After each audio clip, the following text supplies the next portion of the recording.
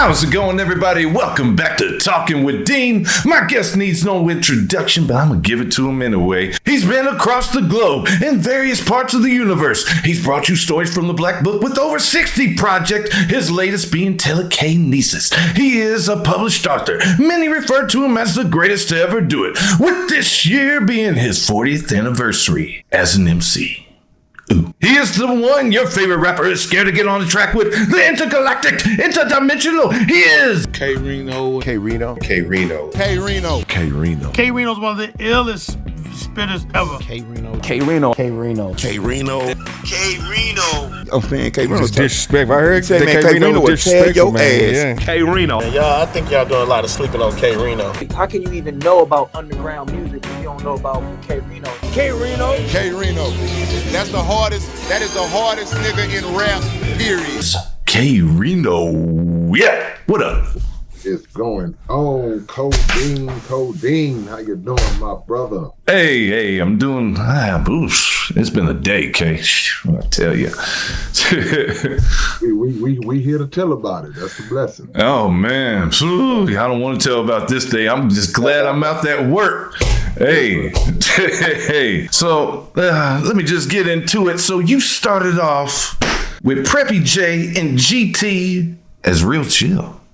Yeah, man, no question about it, man. Those brothers were there from the very beginning, literally from the beginning, man. Even before we formed the group, they were two of the first guys that I saw rapping around in the school, back in middle school. And just by chance, the next year when we got to high school, we formed this bond, we formed this group, man, and we took off with the Real Chill thing and became probably within the top 5 artists out of Houston to actually put out a rap record, in the real era of hip hop. We were probably one of the first groups to put out a record in 1987. A record had called Rockin' It back in the days, man. We were still in high school, so it was a learning experience, a unique experience, and it gave us our first little taste of like what it was like to be on some celebrity status back in the days, Yeah. Were you? I believe on the cover, were you rocking? You had like, was it Adidas? It wasn't Adidas, was it? Oh, it was Fila. Fila, darn it! Yeah. Yes. Fila warm-ups back in the day. Running those guys. Run DMC was doing the Adidas thing. Yes. Different artists was wearing. So we came with the Filas for whatever reason. My dad had the plug on getting all those warm-up outfits and all that. So he laced us up, and that's what we took our pictures in. We took our pictures in Fila warm-ups with the OG Wickett Crickett's chains and gold rings and jewelry on, man. So we was high capping way back then. The kids love to use the word cap. They don't know where it came from, though.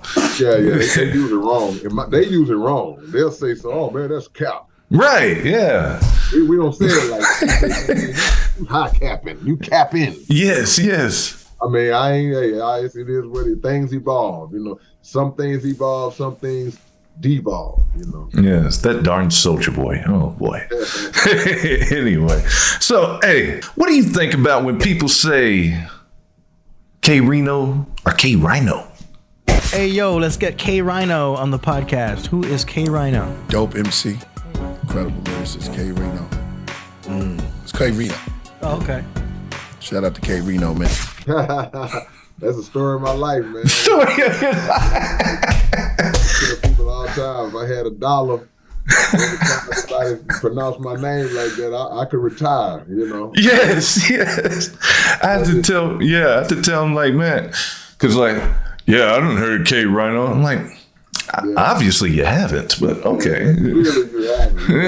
And it's crazy because some people that would claim to really be like, real supporters of my music, man, I've been listening to you for years, and then they'll spell it like that. They'll spell it K-RHINO, but I tell people all the time, I say, I'd rather, because sometimes they'll either pronounce it like that and spell it like that, or they'll spell it K-RENO. And I don't get mad. I don't get mad at that one because when you spell it with the E, at least I know you're gonna pronounce it right. Yeah, so I'll take that. But yeah, I get hit with the K-Rino all the time. So it's just what it is now, you know. Yeah.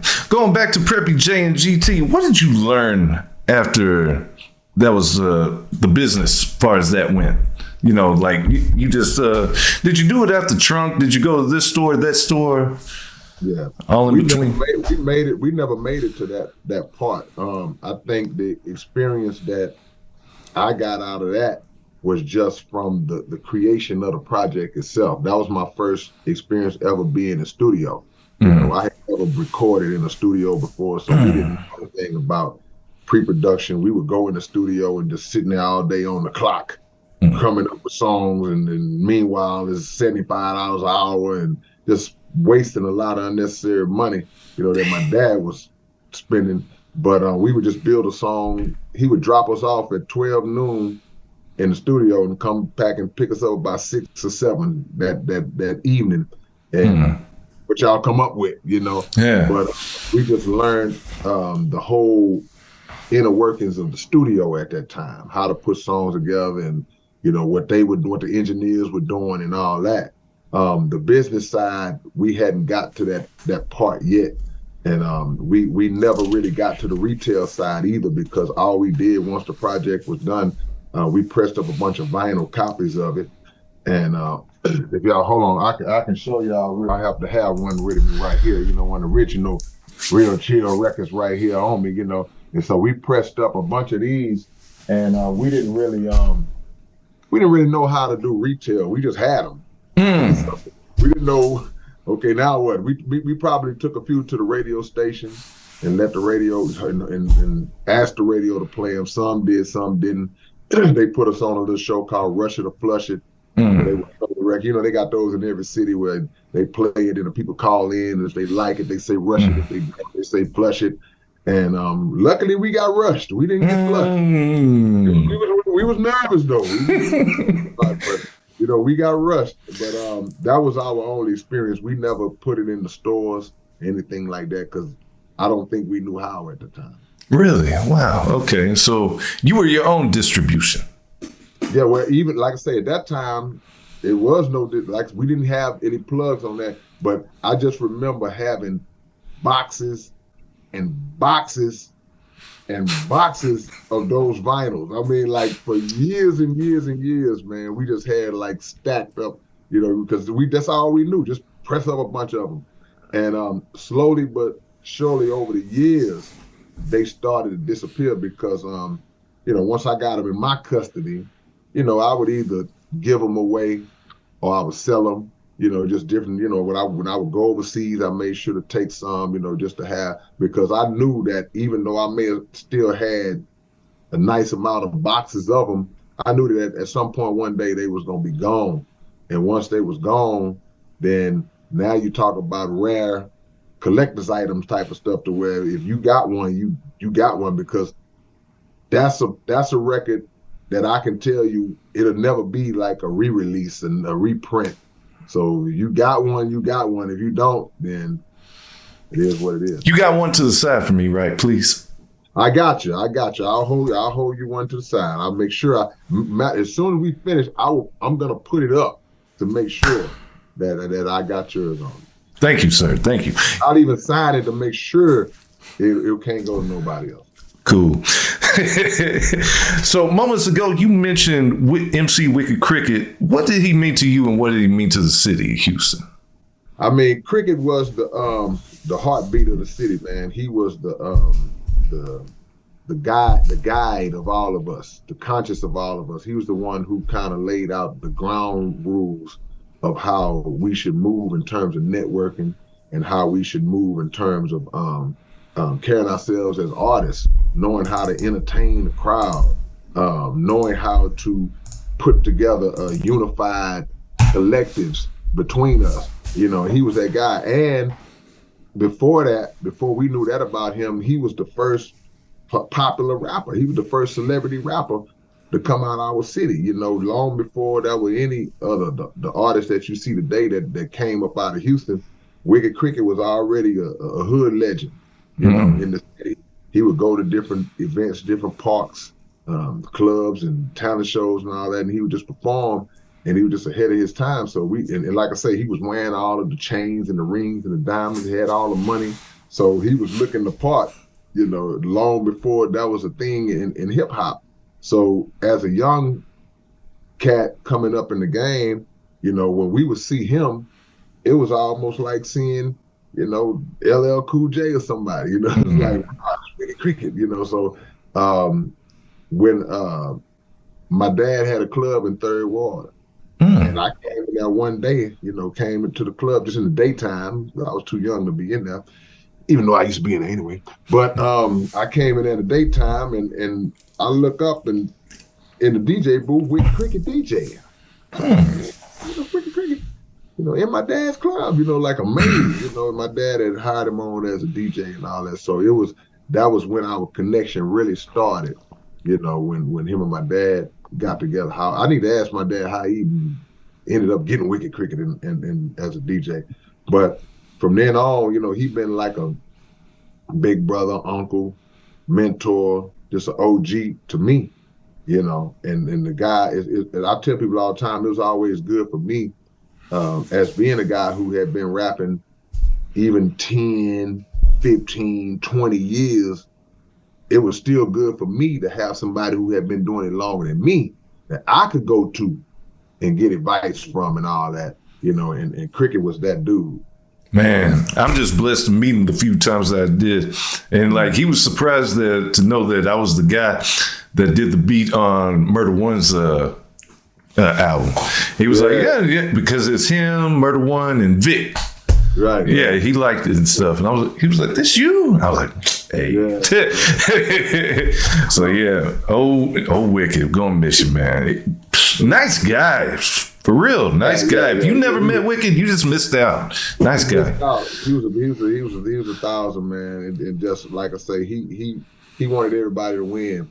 And that was the thing. And almost to the point where he would get mad, you know, if we wasn't doing the things that we were supposed to do. Because he could see the potential in the artist sometimes when the artists couldn't see it in themselves. So he just represented, like I say, that heartbeat.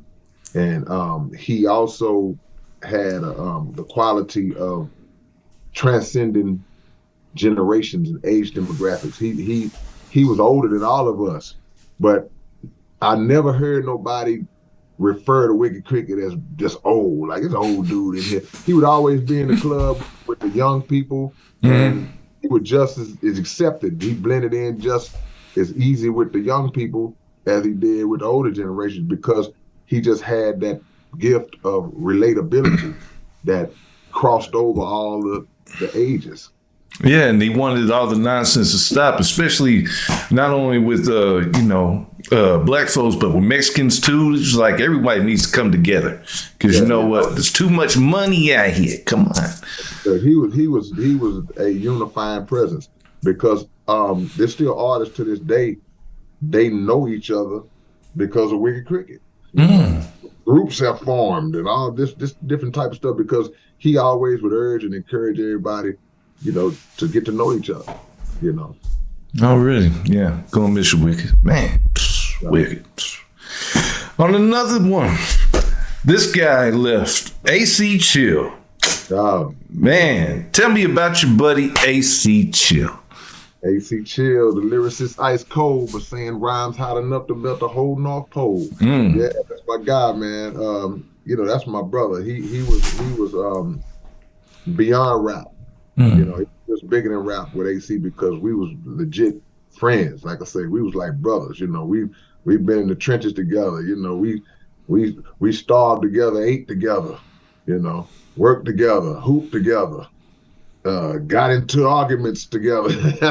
Man, you know, that's my brother. You know, and he just he had a big heart.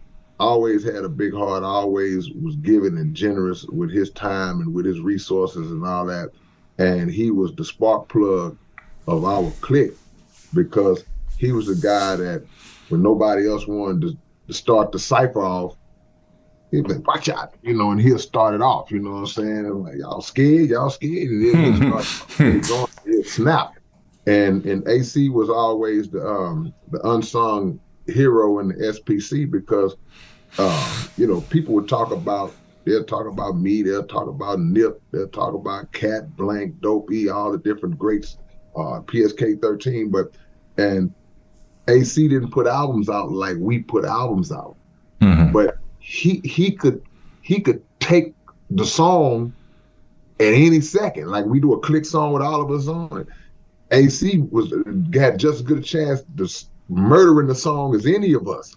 And it could easily come with, so no, AC had the coldest verse on the track, because he always knew that he was right up there with us. There wasn't no inferiority complex with him where he was like, well, these are the guys who've been rapping a little longer. Their names may be. Nah, AC was like, psh, I'm getting with any of these dudes. Straight up. So that was the thing about AC. So we knew that if AC was on the song, we had to treat that with the utmost urgency to step our game up the same way as when we knew that all of the rest of us was on the song. Right. So it's kind of like with your situation and everything, because I heard a few rappers say, "Oh, I didn't want to get K-Rino on the song. We're cool. I didn't want to get K-Rino." But AC just went in. He didn't care who you were. He just going to do him. Right. Yeah. Man. He don't care. But see, that's just our way, man. We don't care. Sometimes we don't even care who on the song. We don't even ask who's on the song, Right. Maybe out of curiosity, you might just wonder, like, okay, so who's on? But I've done a lot of verses where I was under the assumption that it was just me and the guy who was getting me on the feature. Then when the song is finished, come back, it's 3 or 4 other cats on there, And sometimes it'd be, top name cats on there. I'm guilty of it. Hey, man, it is what it is, because as a rapper, you represent for yourself. And if you get on a song half-stepping, just thinking, well, I'm just going to get on this little song. And you, like I say, you don't know who else is going to end up on this song, and you done came with some little lackluster verse, and you get mollywopped on the song. So you got to, if you agree to do it, do your best to bring your best every time. Oh, yeah. Got you on, got a song with 2 people, it ends up with 6 people. I was like, because we're from Arkansas, and we're like, oh, Dean getting K-Rino on a song. I want to jump on. Yeah. Come on. Yeah, I don't care. Come on. I would do the same thing, just in certain situations, that somebody hit me up and say, man, I got this song, man. We got Tila Rock on there. We got doing that. You know what I'm saying? Like, it's love. It's love. Already. On that one song, You Never Know When Life Will End. You talk about you miss him talking trash playing the video game. What games did Mr. Chill play? Yeah, man, that's a song called You Never Know, produced by CoDeeNnwo. But man, we used to play Sega Genesis back in the day. That's when I first came. Of course, I grew up on the Ataris and the that was my first one, the Atari.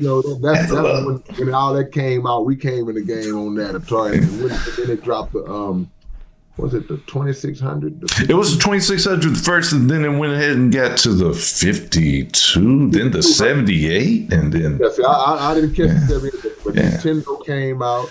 They had another one called Intellivision. Oh, don't you say Intellivision? Oh, that's a curse word on here. I wasn't. Trust me, I wasn't a fan. I didn't have Intel. I just remember the chronology of those. That was one of the ones I think about. I don't even know your backstory of why Intellivision is the enemy, but I never had one. But just going through those stages till Sega Genesis came out in like the early 90s, maybe late 80s, early 90s, and we used to play Madden. Like when Madden first came out, it probably looked real primitive now, compared to how it looks now. Because I remember walking through a mall and seeing Madden on a TV screen on a Saturday, and I thought a real game was on.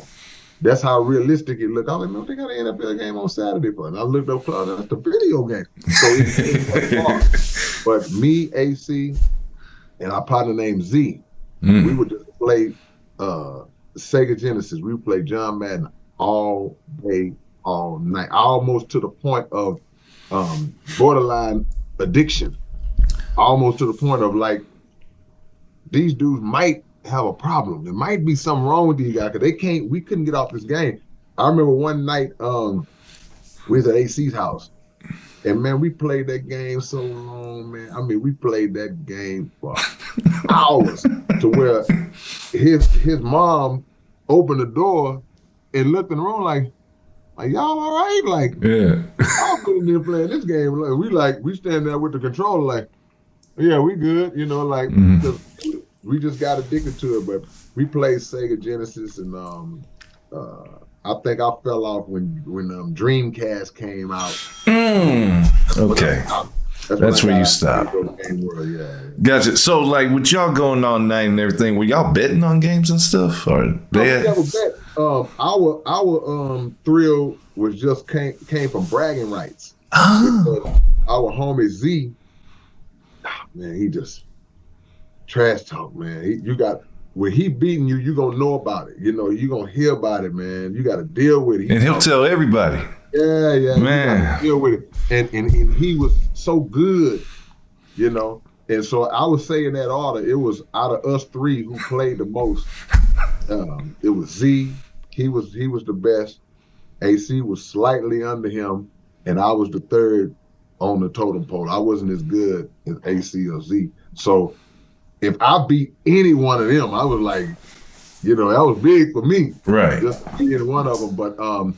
But for me and AC, to beat Z was like the ultimate. If you beat him, it was like you did something, you know, because he was the guy, you know, straight up. And was your team like the Oilers or something? No, who did I used to play with? Oh, you know who I used to play with? I used to play with San Francisco because, like I say, they had Joe Montana, Jerry Rice. I had Rice and John Taylor. Yeah. And I think I had Steve Young because I remember Steve Young was fast, but Montana was like just so accurate. You know, it's like I had San Francisco. Z played with Philadelphia because he had Randall Cunningham, and he would make them. And Randall Cunningham was super fast on that game. So when you snap the ball, when he rolled back, your pass rush ain't nowhere close to this guy. You know what I'm saying? So he wanted that speed at quarterback. That was his advantage. And he would get that ball, or if he get in trouble, he'd take off running.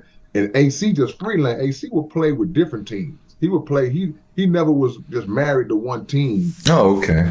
Yeah. And it got so bad one day because he was just beating the crap out of us, man, and talking noise, that AC got so mad, he just said, you know what, forget it. I'm going to play with the All Madden team.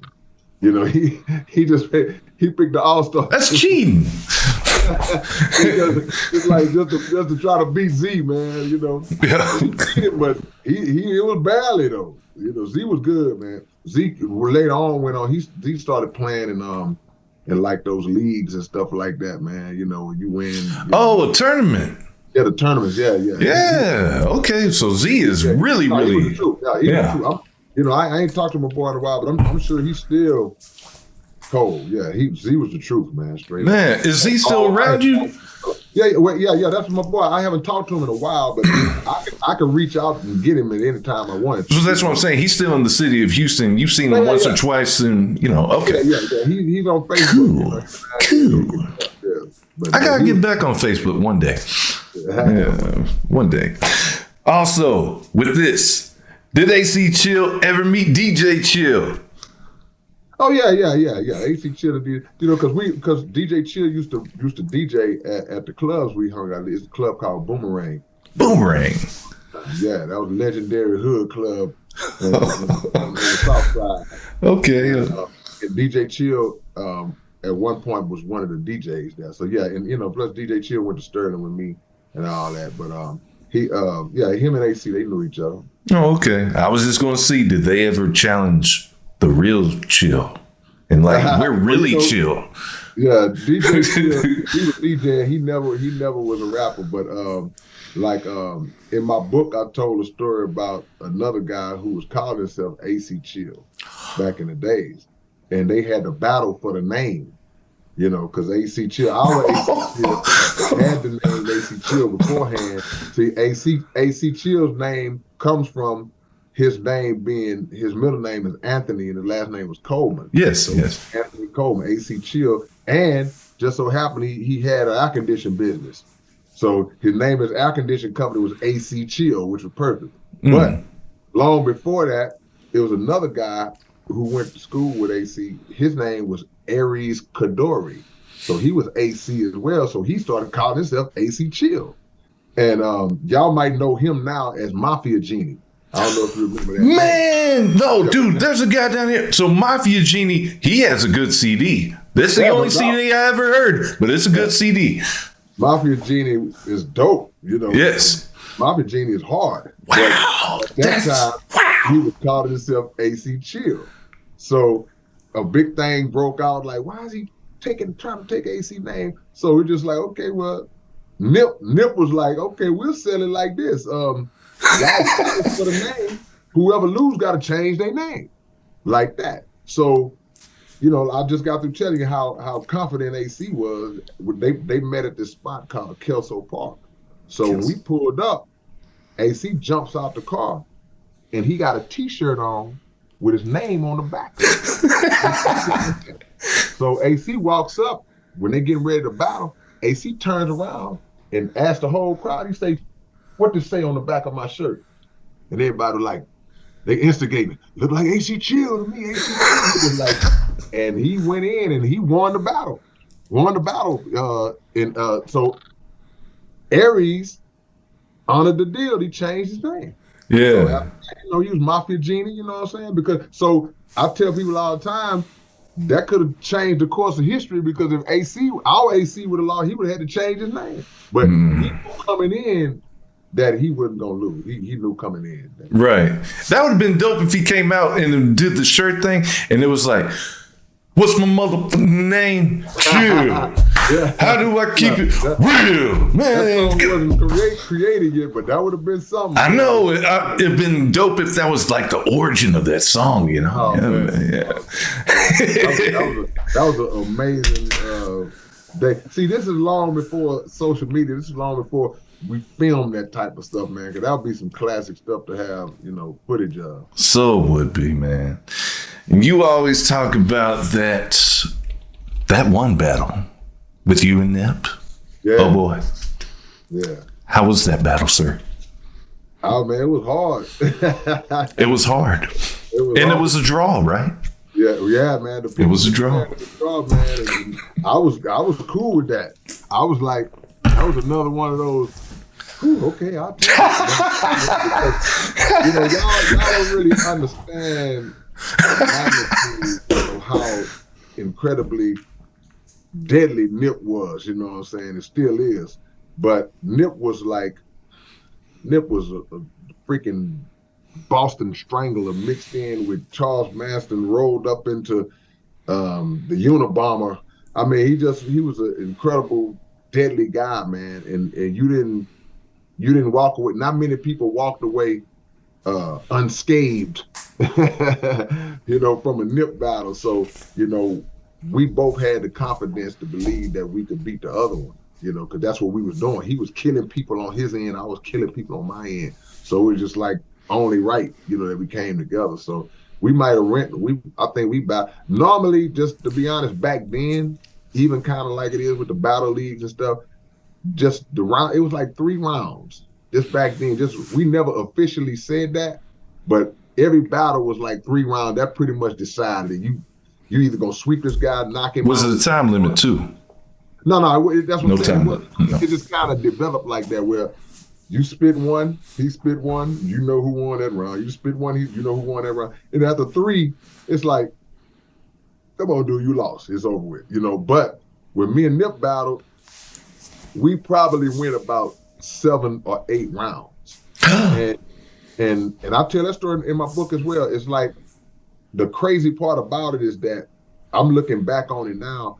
I had to know that this could be a little different than the normal battles I get into with people, because I had 7 or 8 rhymes ready.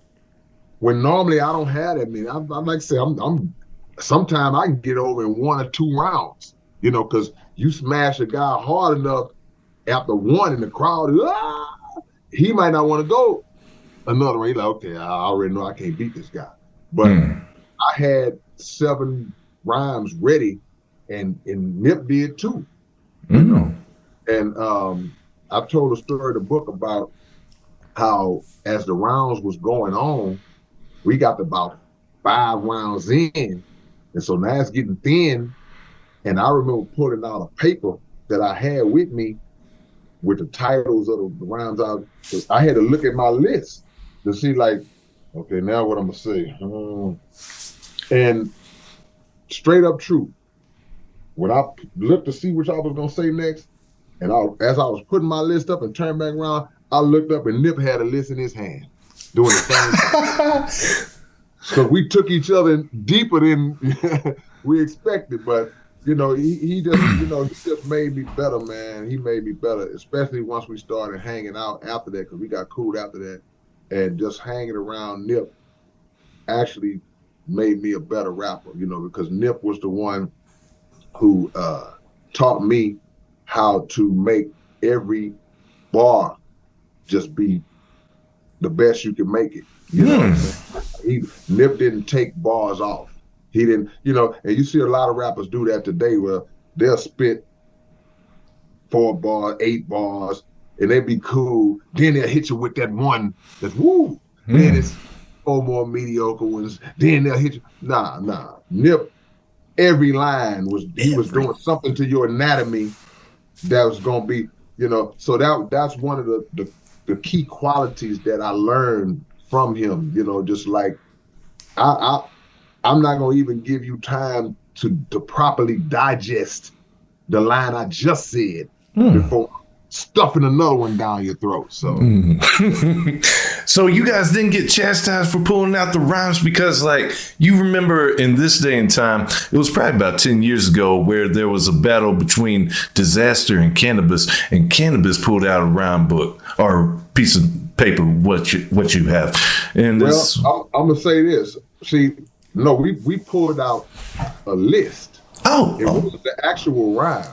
It was like a list of titles of rhymes. So, you know, you come in knowing the first 3 you're gonna do, but you had them wrote down, like if this one was called Slap Him in the Head or something, if that was the name, okay, I'm gonna bust Slap Him in the Head on the next, you know what I'm saying? So it was just a list of titles that reminded us, okay, I need to say this. You put the list back in your pocket and you say that rhyme.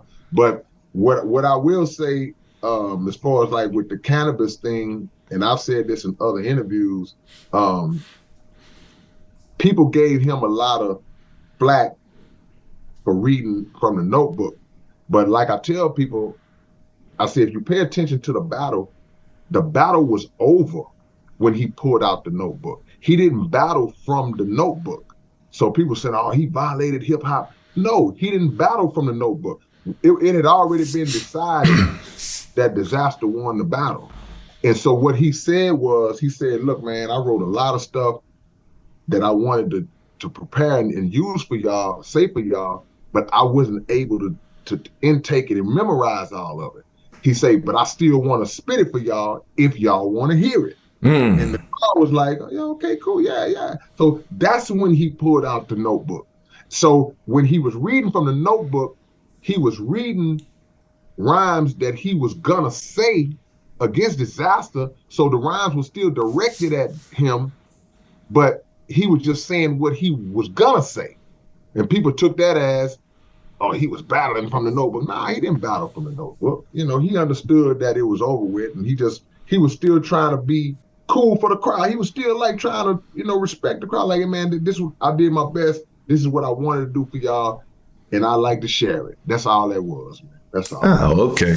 We're going to get into KRS-One in a little bit, and I always got to mention this, and you got to hit me with that. But, like, when he mentions the tempo of hip-hop, he said a freestyle is something no one's ever heard. And I was just like, okay. And you're like, well, it needs to come off the dome. That's my definition of freestyle, and mine too. But it's like, he kind of makes sense with that, K. What do you think?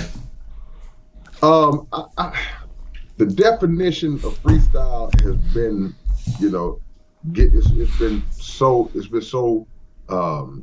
variated. So everybody has their own little definition of what a freestyle is.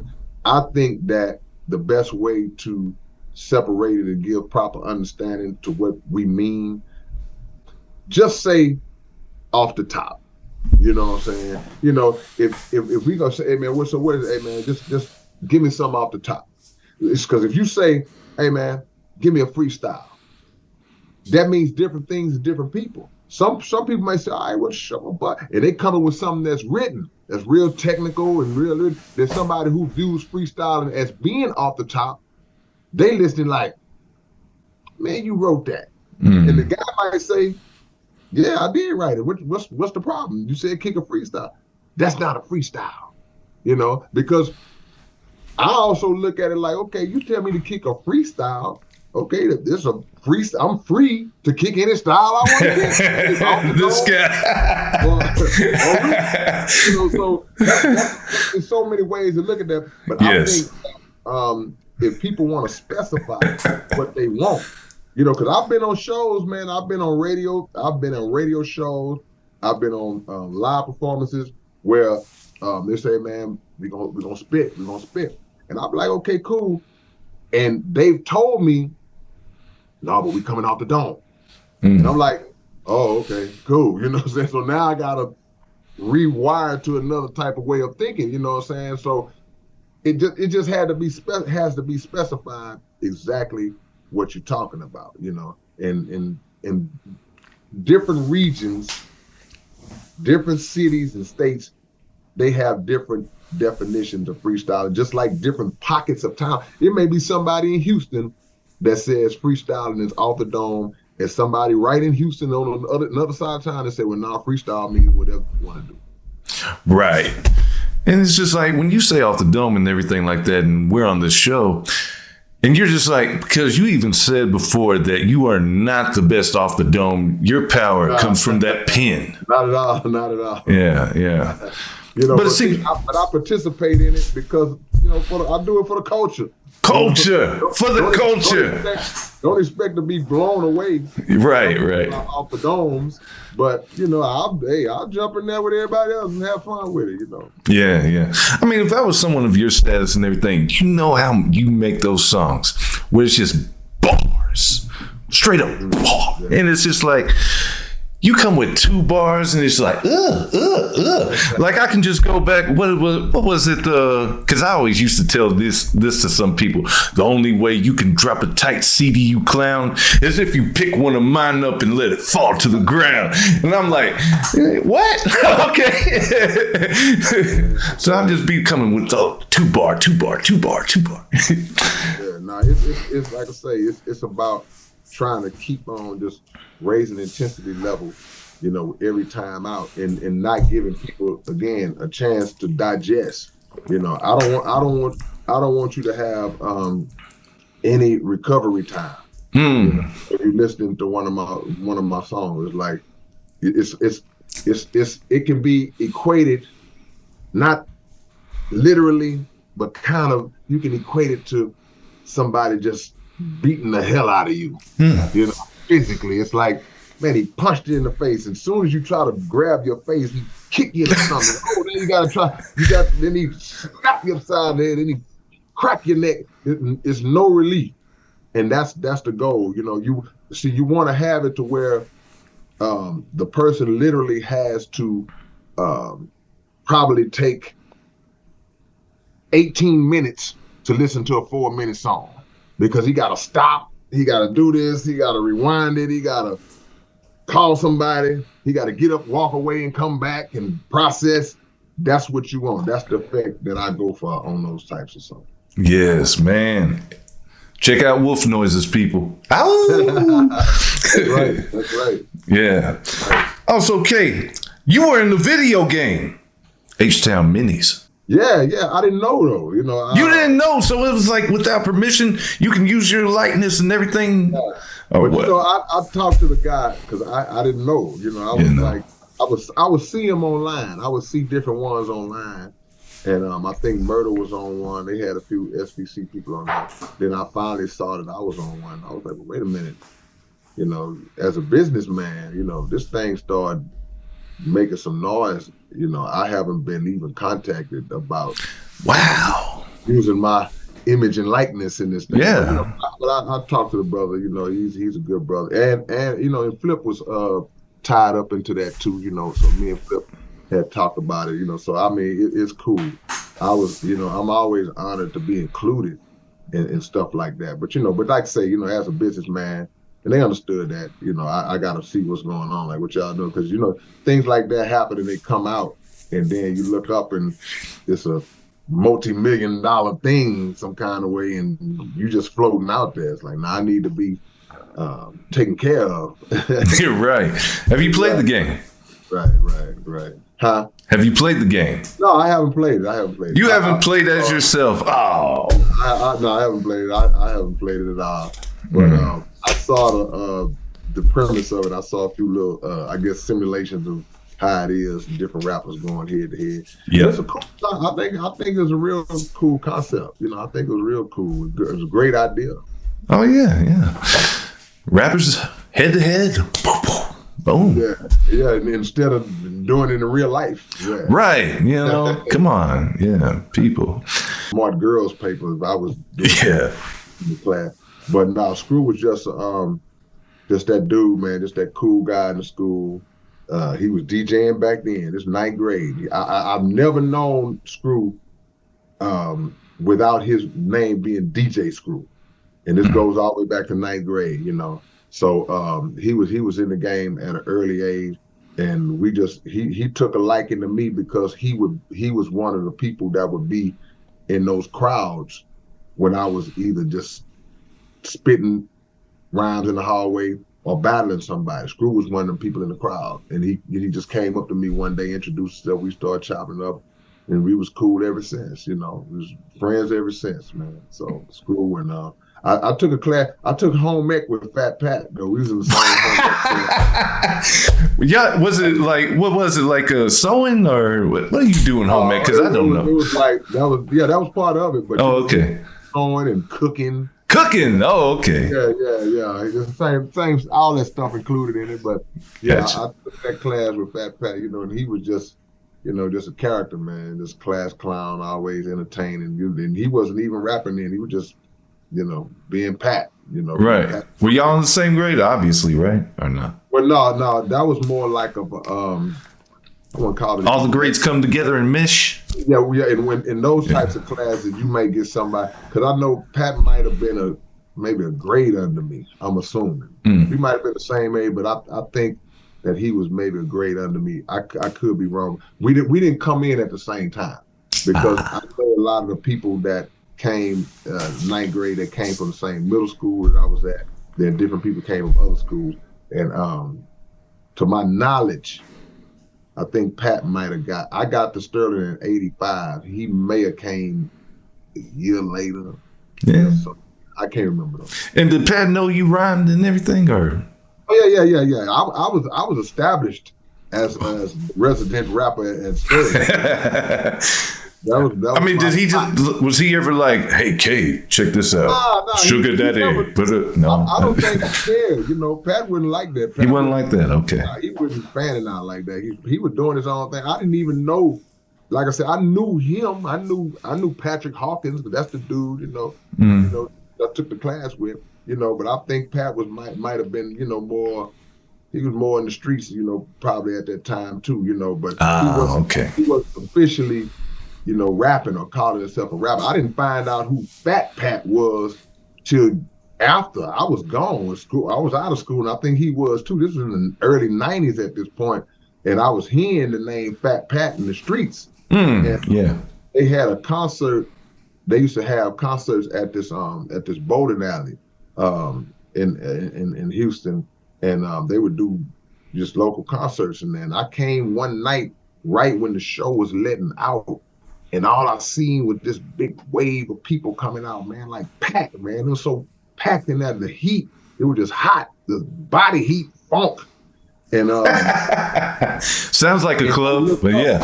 And I see Pat coming out, and he just dripped in sweat, just got off the stage, you know what I'm saying? So I'm like, what's up, Pat? And I was like, so I put two and two together, I'm like, you Fat Pat? And he's like, yeah. Wow. Like, whoa. So I mean, it's just like he became that guy, because I guess all that time, unbeknownst to us, they was at Schoolhouse, making them tapes and doing them flows that they was doing at Schoolhouse. So in the underground was catching on. Now we didn't know that, because we was underground. Southpaw Coalition was underground, but we already kind of established in the streets. So we were kind of a little bit more above ground than they was, and they had a whole movement that was just being born and developing and blowing up right under our nose. So when I found out, okay, yeah, that's Pat, it was, I was like, cool, that's crazy. And it's like you, and this is 87, but you said 90s, right? Early 90s. Yeah, this was early 90s when I started seeing who Fat Pat was. And like 87 is like you, is Raheem around then? Right, that's that first wave of Houston rap when you're talking about the first Ghetto Boys, Raheem the Vigilante, his first Ghetto Boys, Jukebox Johnny C, Ready Red Bushwick. Yeah. Then like I said, you got Raheem, you got the Def Four, you got Raw Flush. Raw Flush, yes. Willie D. Then you got Romeo Poets, you got, Southside, you got Southpaw Coalition, and then you got Big Mello and Haim Clark, you got Icy Hot and all those guys. This before Street Military, Icy Hot was still doing this thing.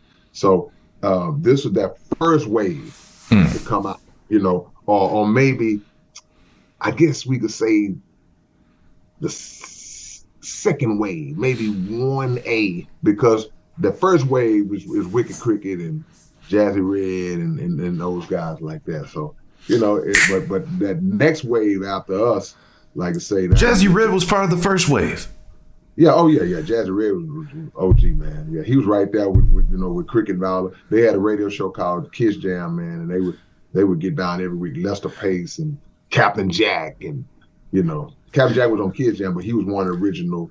Jazzy Red had the song "I Am a Dope Fiend." Okay, yeah. Man, Jazzy Red. That came later. See, that came later. Okay, but before that, it was a radio station called Kids Jam that was on the campus of Texas Southern University, and every Saturday they would play local rap on the show. They would play mainstream rap, and that's how we would get introduced to a lot of the mainstream rap that we didn't know was out. You would hear it first on Kids Jam. You would hear Lottie Dottie, Run DMC, and all the new stuff that would come out. You would hear it on Kids Jam because King T, who came out later on the West Coast, yes, he is from Houston.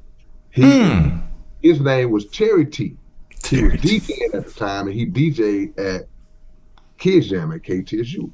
And they just had the Kids Jam reunion about a year ago, and King T was there, Jazzy Red was there, Lester Pace, everybody came out. Everybody came supported because that station gave all of us our first taste of hearing ourselves on radio of any kind. Because of course, the mainstream stations, it was harder to penetrate that. But Kids Jam, you could walk in there with your tape that you just made at your homeboy house 2 hours ago. You could walk right in there, and if it didn't have no cussing in it, they'll play it. Put you right up, give you an interview and everything. First interview I ever did on the radio, we was on Kids. Me and Dopey, we sitting on Kids Jam, just like you with the headphones on, just first time ever being on the air. As COD. Yeah, as COD.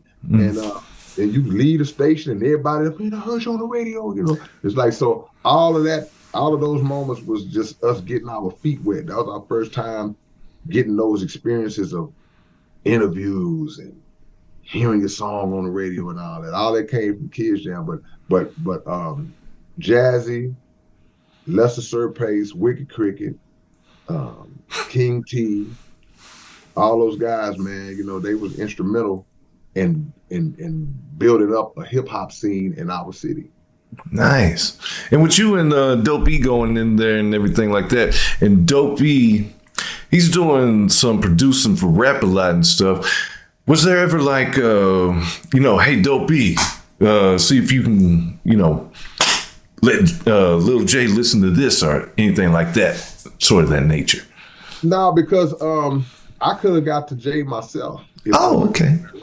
You know what I'm saying? Because I've been knowing them since 80, probably about 86, 87, because one of the first things I did, even before I put my own record out, I took a demo to Jay. Yeah, I took a demo to Jay. I don't know how I found out he was gonna be at this club, but somebody told me he was gonna be, and I went to the club, and it was before the club opened. Club opened by 9, but he was there at like 6:30, 7 p.m. Nobody was in the club. I guess he was new to own or whatever. But we showed up, and he was in there, and I started talking to him. I gave him my demo. So I always had access to get to Jay if I wanted to. Now, after that time, with nothing happening when I first handed him my tape, some years passed. Now, by that time, me and my dad doing our thing. So at that time, I didn't even have like a desire to try to go on another label. By then, I was like, I'm trying to actually see if I could duplicate what he's doing. And so that was the goal after that. But, when Nip and Dope signed with Rap a Lot, we was like, hey, man, do what you got to do. That gave all of us, it obviously gave Nip and Dope the platform to be worldwide now, which none of us had experienced, but they featured us on their records because it was family. They was like, man, y'all come, and they didn't have to do that, and Nip put us on his record. Dope put us on his record. So now our names are worldwide. So now that's how people in Arkansas, Alabama, Mississippi, Florida, that's how they heard us for the first time as features on Ganksta NIP and Dope E and the Terrorist album. Yeah. Shout out to Egypt. Yeah. Egypt E. Yeah. Another nice guy. Yeah. No doubt. I heard you from a homeboy though. He's like, K-Rino is the truth. I'm like, I don't know, but okay.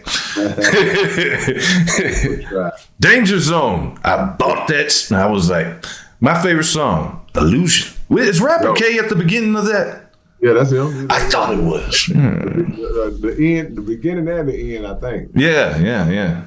You can't mistake his voice. You can't. He sound like Rodney O.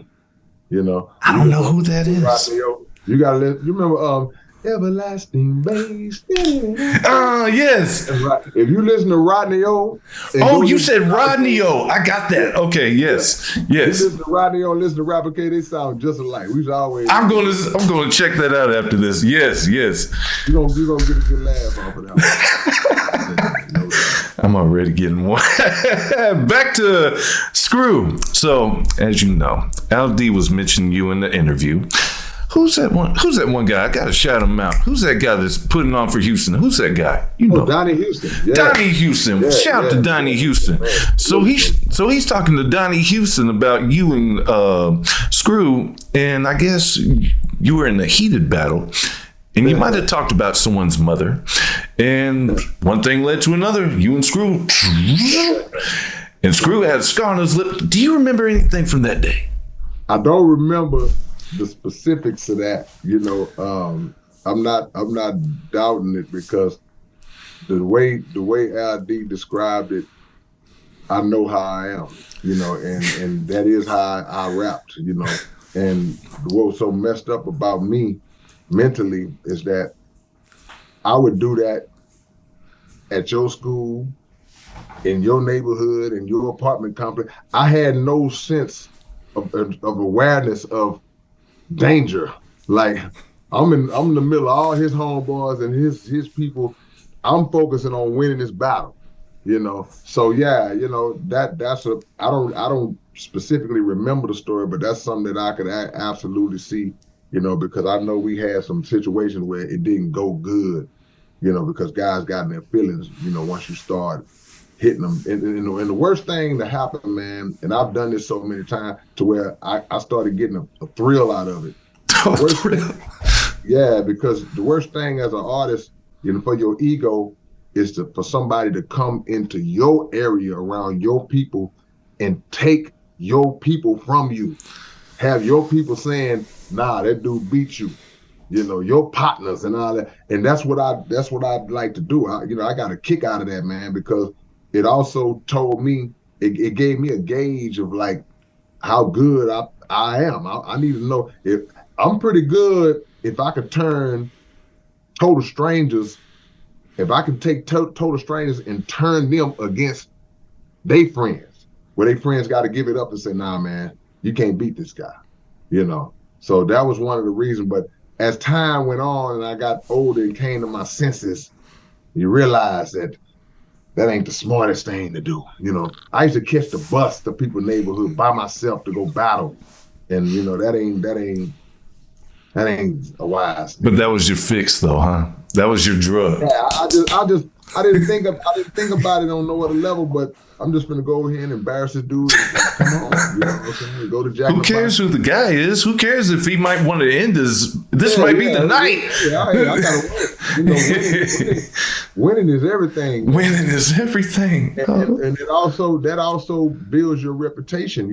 That's one of the things that I guess people say it adds on to the mythical, the legend or whatever, because it's like those are the kind of stories that people tell. See, people tell me stories about myself all the time.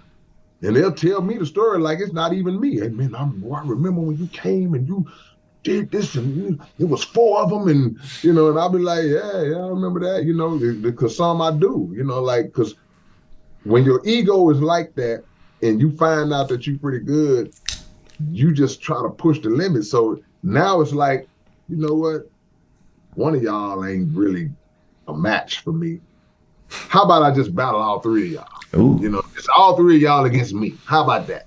That was the arrogance, but it was justified by the work ethic.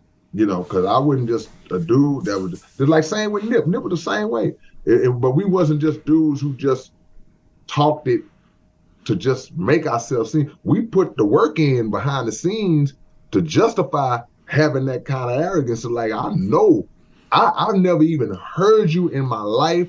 I know nothing about you, but I don't know anything about your intelligence level, your skill level, but all I do know is you would not be able to be better than me because I know what I do. So that's what the mindset was. I don't care how good you support. I don't care how good little JoJo said you was. I don't care how good your mama, she was clapping and proud of you. You losing today. I'm taking your O. If you got an undefeated, I'm taking your O with me when I leave. And handing you an L. Now you have a 1. That's right. That's right. Ugh. You spoke of JoJo. Hey, I was going to get into this later. You had a childhood friend named JoJo, correct? Yeah, I did. And did he really like, this ain't here? I don't know if he could really do it. I know there was some little tricks to the trade and stuff, but going to the mind of a 12-year-old, 13-year-old young dude who's seeing this guy who might be a year or so older, and he's performing telekinetic things. He's moving objects with his mind and things of that nature, man. And I couldn't find the trick. I heard people say, well, nah, man, I saw it on TV and the guy, he was actually blowing it and making it move. But man, I just never been that kind of dude that naive. I'm looking for the trick. I'm looking to find the way to debunk the situation. I'm not gonna just be overwhelmed by the trick on surface value. So he would do it, and I would say, man, do it again. Nah, do it again. That was me. I'm the nah, do it again dude. Nah, do it again dude. So now I'm gonna look from a different angle, and when he do it again, I'm like, okay, now do it again, but this time put your hands down because you're doing something with your hand. And he put his hands behind his back. The dude put his hands behind his back, bro, and he still, and the pencil still moved. He had the thing on, and he wasn't at a close enough distance to blow it. You know what I'm saying? He couldn't blow it. So I don't know how he did it, man. I don't know, man. Maybe I was just young and didn't know no better. So, you didn't look in the closet and see a shrine or anything, the pentagram or nothing, JoJo might have. No, we was outside. Oh, okay. It would be us and just a bunch of group of young cats our age, and he would just set a pencil on top of it could be a brick or something, and he'd just set it up there, and he'll stare at it for a while just like this. And the same way I got this pen on my hand, he'll stare at it, and in a few seconds, it would just shift. It would just okay. It would all just take off running. David Blaine would do stuff on the street, you know what I'm saying? Yeah, that's how it was. Oh, JoJo. Is JoJo still around? You keep in contact? Man, I have not seen him in decades. I would love to know where he is or what's going on with him, man. I have not seen him. I don't think I've seen him since we moved from those apartments. That was like in 84, Wow, that's a way back. Woo. Yeah, no doubt. Back to Screw. And we all know who was in the SUC, was on the great tape. UGK was on the great tape as well. KB, Lil Flea, even Big Mello. Did you ever get on a great tape? No, you mean just flowing this just the house? Just coming in. Hey, K, you want to jump on? Yeah, come on. I never made it in the house. I never made it. Never made it. Okay. I never knew that was even going on. Okay. I know if I'm sure if I would have ran the Screw somewhere at the gas station or something, he probably would have said, "Hey, man, but I never knew that was going on." And I think it was meant to happen the way it happened, because that movement and the way that movement developed for them, it was for them. We had our movement; it developed for us the way it did for us. So, the way that they had that thing, the way it built up, them. Spitting them flows at Screw's house, man, and all that, man. That was like classic, man. That was like some legendary stuff. And I think that it's good that it's exclusive to those who was regulars, on those tapes. Now, like you say, you had the pimps and the guys like that came through and maybe appeared here and there, but as far as just the regulars, man, who laid that foundation and was probably in there all the time, that's for them, man. You got to give it up. Oh, really? Well, I just thought maybe there was an invite somewhere. No. And plus, there's like thousands of Screw tapes, so no one knows what is what. So, Yeah.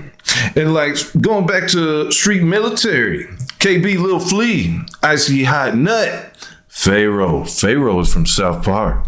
Did you two have like a tight camaraderie?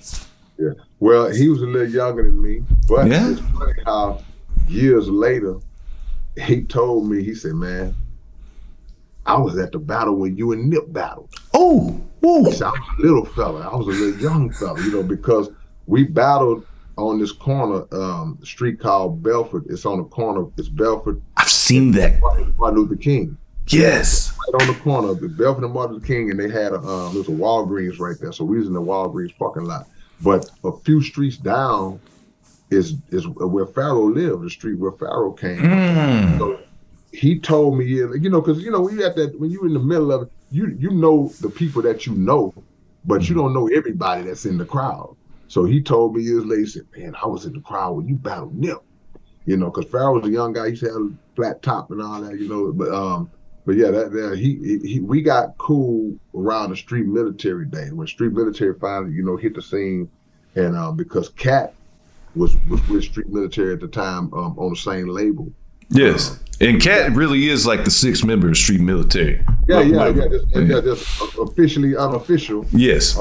Because he was on those hooks and all that, man. A lot of those classic songs, Cat was right there on them. But Pharaoh and all of us got cool just through those connections because, by them knowing Cat and by Nip knowing Icy and all that, just we all came together like that. And Street Military was so great because they pretty much had a member from every hood. Mm-hmm. That was crazy. Trinity Garden.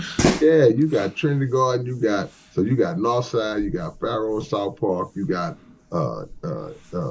Fleet and Mo City. You got Icy from everywhere, but Hiram Clark. Yes, yeah. So it's like a nut. So it's like they exemplified that city unity long before that was even a conversation. They never got caught up in, well, oh, this fool he's from the north side. They just, hey man, chemistry isn't relegated to like geographical boundaries and that type of stuff. Stuff don't matter, man. We mesh good together. We mesh good together. Right. And Flea is the one who gave you the nickname The Wizard, right? He did. Yes. He did. Man, he did. Flea started calling me that in like the early 90s, man. And it picked up and it stuck and caught on. And I told him, I didn't even know if he remembered. This was years ago. But every time I see him, I make sure to mention that. I'm like, Flea gave me that name, man. Already. Shout out to Lil Flea. Shout out to the whole Street Military. Yeah, no doubt. Another guy from the South part. Did you ever have any camaraderie with Carlos, South Park Mexican? Yeah. I remember when he started. That same club I was telling you about, Boomerang. Yes. He used to be in the parking lot selling cassette tapes out his trunk. Huh. He had an album out. Was it Hustletown? The Hillwood album. Hillwood. Darn it. Yes. And yes. He had cassettes, and he would be posted up in Boomerang Park because Boomerang was the spot. I'm telling you. Okay. And I think one of the big nights at Boomerang, if I'm not mistaken, I think one of their big nights was a Tuesday. It was Tuesday nights. It wasn't just Friday and Saturday like the regular club night. Tuesday Boomerang, to my recollection, used to be swollen there. So yeah, man. So it's like I would pull up because one of the local radio stations, they used to do live remotes from the club, and we would go up to the club because we was cool with the DJ that worked at the station at the time, and we would go up to the club and just try to get on the air because he would let us. He would pull us on there, come on. And when they come on the air, he let you talk and promote your stuff, on the radio, on like the real radio.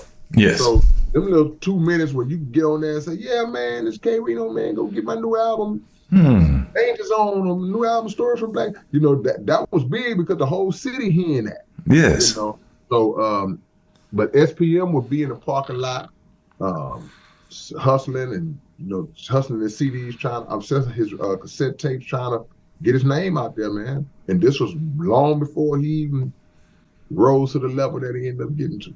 Man. Yeah. Yeah. And I'm sure Club Boomerang had some great food, right? You know what? I don't remember if they sold food in Boomerang. Well, I think we're getting to your diet. Yeah. Yes, because you take a diet where you only eat once a day. And you don't eat no swine, you don't eat no beef, you eat Mediterranean food, right? Yeah. Yes. Is it good for the soul? Well, I don't know how good it is for the soul, but I just read up where the Mediterranean diet is a good healthy diet, and a lot of is responsible for longevity in terms of people living a long time if they follow the Mediterranean diet. I've seen stories of people living to be 100 and some years old, but that knowledge just adds on to what I had already gotten from the Honorable Elijah Muhammad in a book he wrote called How to Eat to Live. And he doesn't talk about just being 90 or 100 years old. He talks about being hundreds of years old and how the prophets of old would live to be 3, 4, 5, 6, 7, 800 years old because of their dietary habits, the dietary law that they follow, where we talk about eating one meal a day. Muhammad teaches to eat one meal a day, but that is really just a starting point. To be honest with you, that's just that's a baby step You know? But in reality, he goes on to talk about once you condition your body to eat 1 meal a day, then go to 1 meal every other day. So now you eat once every 48 hours. Then when you condition yourself to eat 1 meal every other day, go to 1 meal every 3 days, where you eat once every 72 hours. And he said if you did that, you would never get sick, ever. I know people, I have friends in the Nation of Islam who practice eating once every 2 days. I had a shout out to my brother Doc, who he eats once every other day. And we would be in the gym, you know, I'd be in there playing basketball, he'd go in the weight room, we always come together and talk at some point every day. And it'll be funny because he'll say, yeah, man, I'm getting ready to go home. He said, today is an eat day. Like, so we can't fathom that, because in our mind, every day is an eating day. Right. But he would literally have a day where, like, I didn't eat yesterday, so today is my day to actually eat a meal. Then tomorrow I'm not gonna eat, you know, because you just giving your body time to remove the toxins from the food you eat, and you disciplining yourself on a level that in this Western society people can't even fathom doing that. And you can get that book probably on NOI.org? NOI.org. NOI.org. How to Eat to Live. I got a copy of this. I can show people. All right. So they can know what to look for when they see it, you know. This is How to Eat to Live. And they have book 1 and 2. 2 books. And 2, yeah, no doubt, because some things, you know, a lot of this information, you know, they had, it was so nice they had to do it twice. Oh, really? He had to do it. Elijah Muhammad had to do it twice. You know? Oh, really? These are his teachings. These are his words. Yes. And Dopey introduced you to the Muslim culture, per se. Yeah. Yes. And it was just like one day, like a Sunday, like, what you doing? He invited me and Nip to the mosque. You know, Dope had already been going. He had already been immersing himself in the teachings. And this I just remember him inviting me and Nip, and we went, and we was like, yeah, this sounds really good, you know. So we kept going and kept going and kept going and never stopped going. And then 30 years later, we still go, you know. So it just it was a blessing, you know. Even though Dope has moved on to different ideologies, and you know, still rooted in the upliftment of Black people and Black consciousness, but just different groups and organizations and things of that nature. But I always give him props for bringing me to those teachings, because I've incorporated those teachings into my music and to my life to a good degree, but not to a perfect degree, but to a good degree. And I think it has such a profound impact on me that I wouldn't be, I definitely wouldn't be the artist that I am. But even though I can improve as a person, I wouldn't be the person that I am. You know? Yes.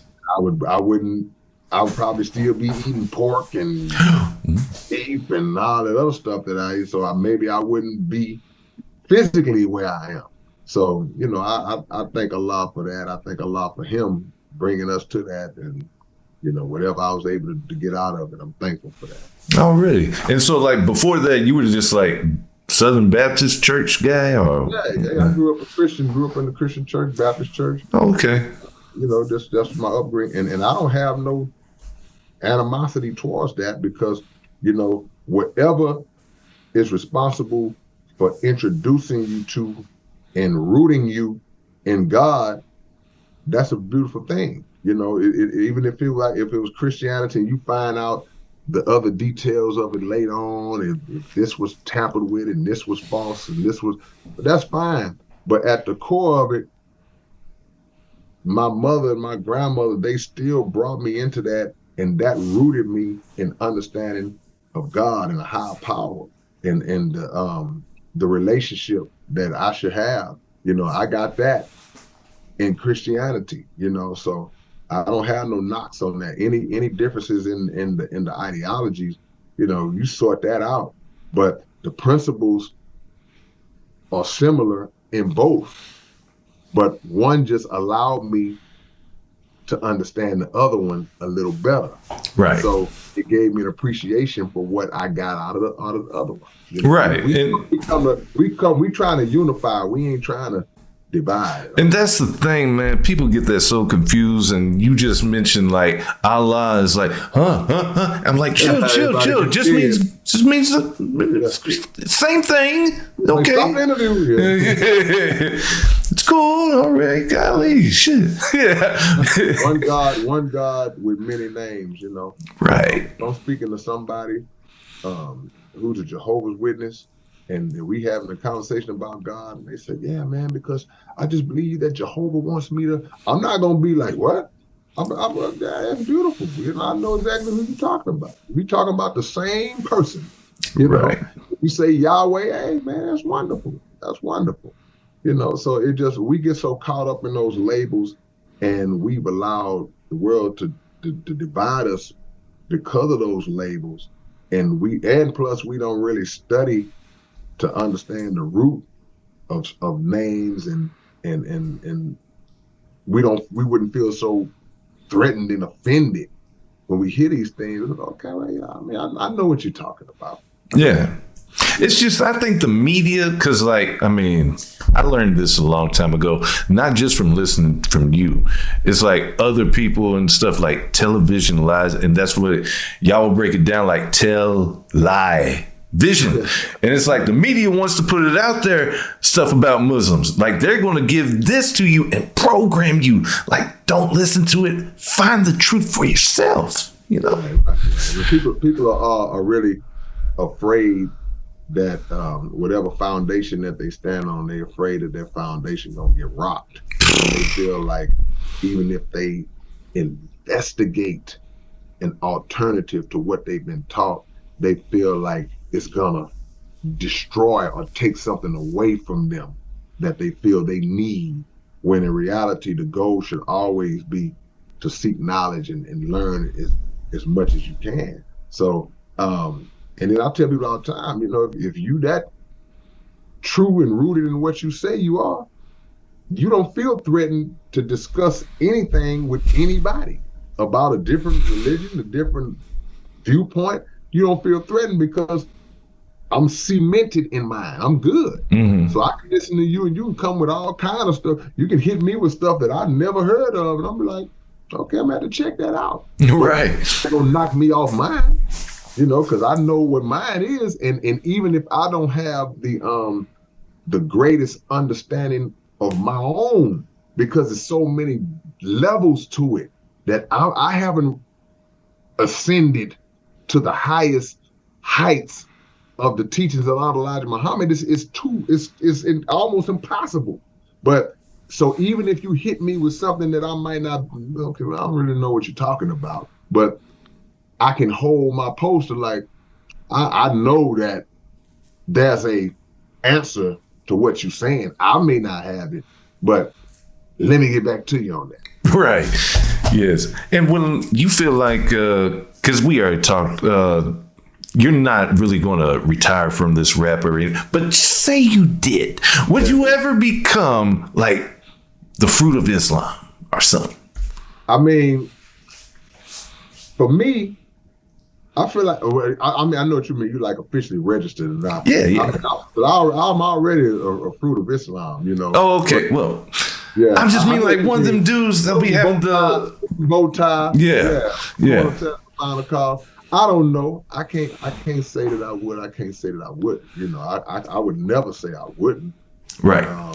I couldn't definitively say I would. I understand that everybody's role won't be to be in that capacity like that, I would say this is definitively my role. I just feel like my purpose or my impact comes from doing it through this music the way I do it, and moving the way I move.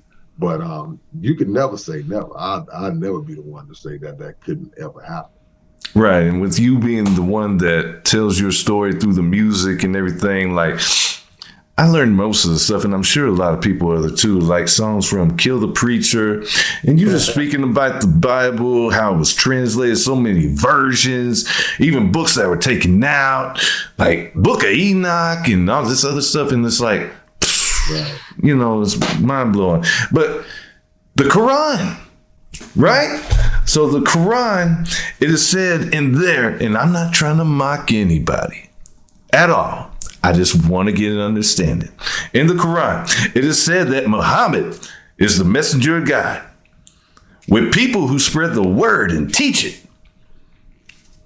Is changing your name Muhammad a requirement? Well, now, I know in the nation that Mr. Farrakhan bestowed the Muslims with the name Muhammad. You know, the rest with the name Muhammad. And then in recent years, I actually went on to give certain members of the nation other names. Like if I use my big brother Robert Muhammad, you know, all those years, he was given the name by Mr. Farrakhan, Abdul Halim Muhammad. So the minister is giving out names based on the qualities and the characteristics of the person he gives the name to, you know, in my humble opinion. Okay. So it's not a requirement that or something that we can just give to ourselves. You know, I could, you know, you could just bust out and say, hey man, I'm just gonna, from here on out, man, y'all call me Akbar Muhammad. That's who I am now. You know, then people do that. You know, I would never do that because, again, you know, a name like that, you have to, number one, be that name. You got to live up to that name. You got to live up to the qualities and attributes of that name. And if I look at myself and say, man, I'm not going to call myself this or that, this and that, and I know I'm still half fool in this world and disrespect or denigrate a righteous name, I'm not gonna do it. You know, but some people will, you know, get themselves a name, but you know, you gotta live up to that name. Right. I mean, it was just like, you know, I came there that one time. Well, actually, I came there 2 times at the mosque when doing ARC, and it's like, Muhammad, you know, I see the Muhammad, and it's just like when I see on TV as well, like there's a lot of Muhammad. Muhammad family in the nation. Everybody's Muhammad in the nation. Okay. Know? Like I say, and that happened. Like I said, that happened some years back, where the minister gave everybody Muhammad, you know, as a name, you know. But like I say, he came back later on, and different people he would get a more specific name, you know, the first name, you know, everything. So. But you're in the Muhammad family, you know, once you in a nation like that. Is there like a name for the women, like equal to Muhammad? Well, the Muhammad is Muhammad, but there's a duality in names in Islam. Like you may have the male his name may be Sharif, but the female's name may be Sharifa. Okay. The male's name may be Hakeem, but you may have a sister named Hakima, you know. So, and that don't mean they married, but you'll see those different names. There's a counterpart to male names in Islam. So that balance and that duality, it is there. But the Muhammad is the Muhammad, you know, to my knowledge, you know. Okay. So it's like, okay, gotcha. Yeah. Uni.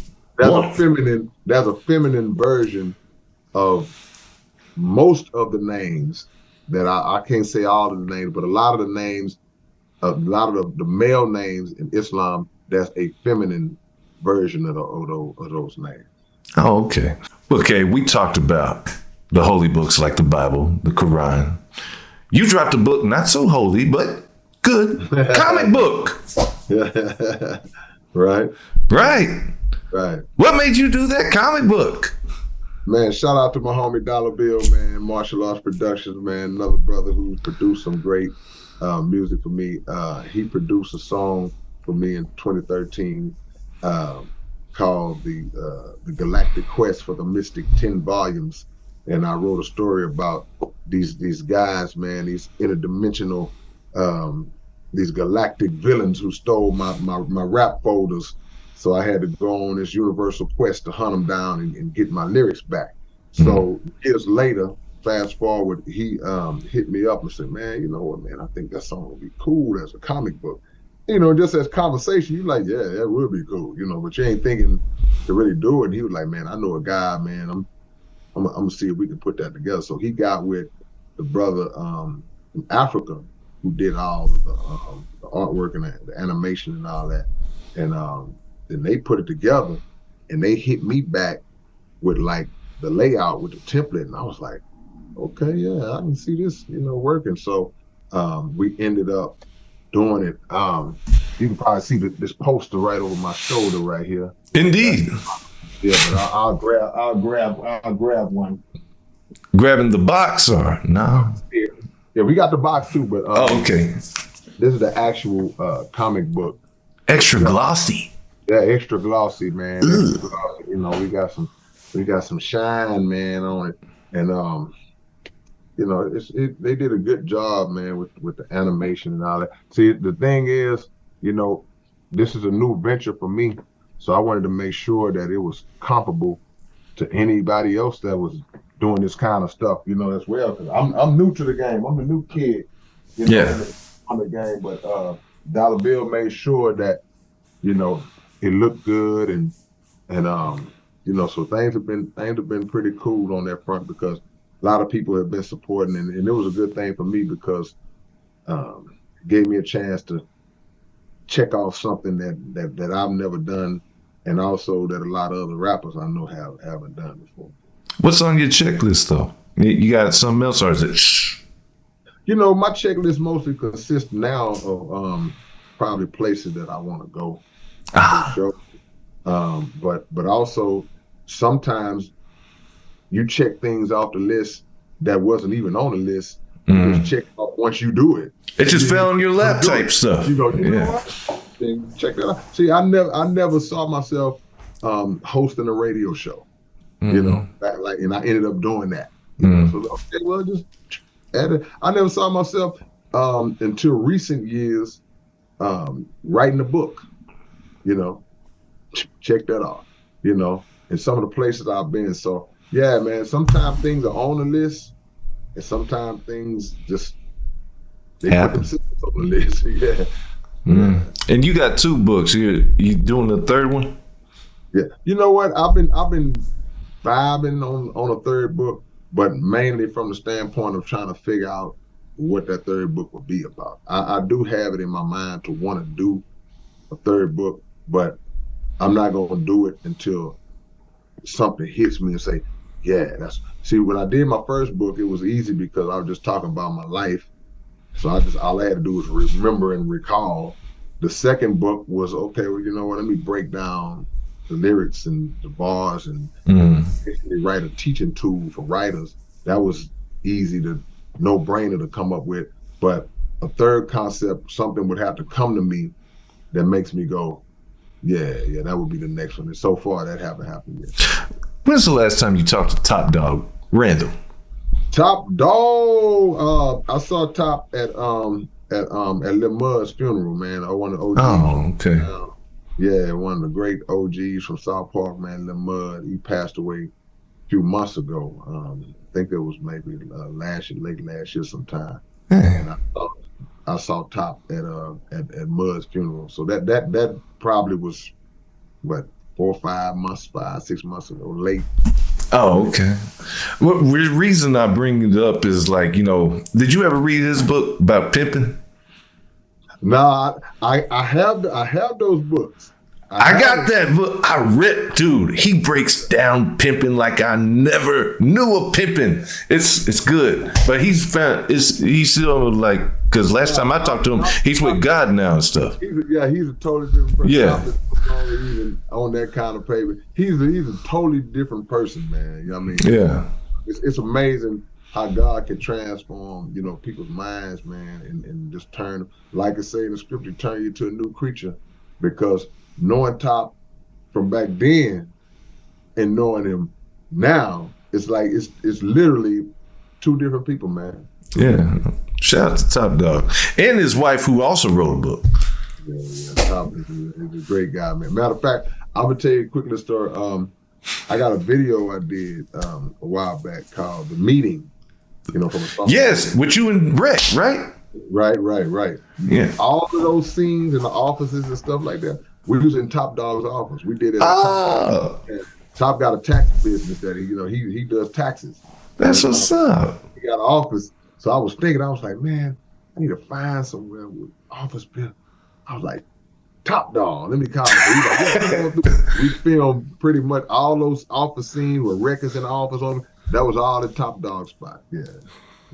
That's what's up. I wouldn't have not known that. Because the way I'm looking at him, like, Rick, he's part of some organization, I guess. I don't know. Yeah. We was in the top spot, man. He looked out for us, man. All right. One more time for Top Dog. All right. And DJ Rick. All right. Yeah. Doubt. Look at Doug. I see you. Already. And did you read any comic books when you were a kid? Like Spidey, Batman? Yeah, stuff like that. Yeah, oh, okay. What's the other one I used to read? Archie. Oh, you liked Archie. Did you read Cherry Pop-Tart? No. Oh, okay. but I wasn't a comic book head. But you'll be in a store and, one catch your eye, you might grab it off. At the very least, you might thumb through it. You see comic books in the grocery store back in the day. Yes. Yeah, you don't see that in the spinning rack. Yeah, you got to go specific places to find comic books now. I guess all them online because literally, that would be comic books in the grocery store. Yes. Yeah, you don't see that no more. You don't at all. It's a sad time. I loved it back then. But you are a fan of the Twilight Zone. Without a doubt. Without a doubt. Which is your favorite episode? Tell me. My favorite episode of Twilight Zone would probably be The Incredible World of Horace Ford. And it's one of the hour-long episodes. Oh, and now is this the one? Because we already discussed this. Is this the one where his wife is a mean person? His wife was cool. Cool. Okay. She didn't understand him, and she was trying to figure out why he still flashed back to his childhood so much. He always wanted to talk about when he was 9, 10 years old. Him and his mom, his wife and his mom used to be like, why you always talk about that? And he would be at work just drifting off and, and she was just trying to really make him just be a man, like get past that. So he had to go through this traumatizing flashback scenario from his childhood to break himself out of being locked in that mindset. But that's one of the episodes that really got me hooked on the Twilight Zone back in the days. And but like it's because you got most of the episodes are half-hour episodes, but they had one where they did hour episodes, and that was I want to say that was season 4. Okay. I'm gonna lean on season 4. I want you to tell the people about that one that you trip off on. I believe it's a bank teller. At the end. No, it might be a bank teller, but all he wants to do is read. Yeah, that's the guy. Oh, okay, yeah. That was Verzus Meredith. He played Rocky's trainer on Rocky. Okay. What was his name? I think his name was Mickey. Mickey, and Rocky, That's the same guy. Okay, tell me something. Back in the 60s, back in the Twilight Zone, the black and white days, yeah, he was a bank teller, and he just wanted to read. All he liked to do was read. But his wife was just terrible, man. His wife was super mean, and she just was hateful, man. Didn't want him to read, and she destroyed his books and she just messed his books all up. He just couldn't understand why she was so ugly towards him. And one day he was working at the bank, and he went into the vault for something. And just by chance, when he went, this in the 60s, it was always the threat of one country dropping a bomb. Everybody was getting a bomb back in the day. So it was always just threatening headlines of some country just carried out nuclear war on America or vice versa. So in this particular episode, he walked in the vault, and right when he walked in the vault, a foreign country just boom and dropped a bomb. He survived because he was in the vault. So it served as like a bomb shelter for him. When he comes out of the vault, everything is destroyed. Everybody's dead. The buildings are crumbled. The cars are, and he just like, oh man, you know, he knows his wife is dead. So he just wandering around the city, and then he stumbles up on the library. This guy gets to the library and he's like, he in heaven. Like he sees all these books and he don't even care that the world is destroyed no more because now he got all these books. And next scene they flash, this dude has organized all the books. You just see all the books just organized. And he's like, okay, I got January, February. He's just going down the line, he got his whole life planned out. And right when he's getting ready to just dig into it, he leans forward and his glasses fall off his head and his glasses hit the ground and just shatter into pieces. I don't know what kind of material those glasses were made out of, but they shattered into like 1,000 pieces. And he picked them up and they just crumbled in his hand and now he can't see. So he was just like, that's not fair. Because he was like, because he was right. It wasn't fair because he was a good dude. So life just dealt him. But that's what made the Twilight Zone so cold because you was not guaranteed a happy ending in the Twilight Zone, bro. You could get a happy ending, it might, but you could be the greatest guy in the world, man, and just get the rawest deal in the world. So this guy, glasses broke, he can't see, there's nobody else on the planet with him, and now he can't even do the one thing he loved, and then the credits rolled and it went off. That was his wife Ghost that did that. How cruel is that, man? Man. And there's no way to go get no glasses. You can't go to the optometrist. And so, I mean, he just... Right. You just done deal, guy. You done, and you still alive. So that's just the weird, the harsh cruelty of life, man, just exemplified in a lot of those episodes. You know, it teaches you a lesson. It's like, man... Things ain't always fair, man. Right. And my favorite episode, I already told you, is the one with the piano.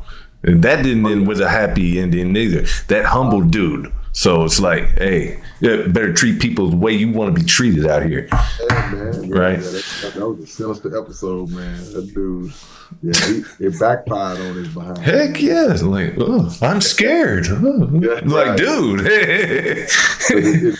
The piano plays your song. Your song, song was the song of truth about how you putting up a face in the front.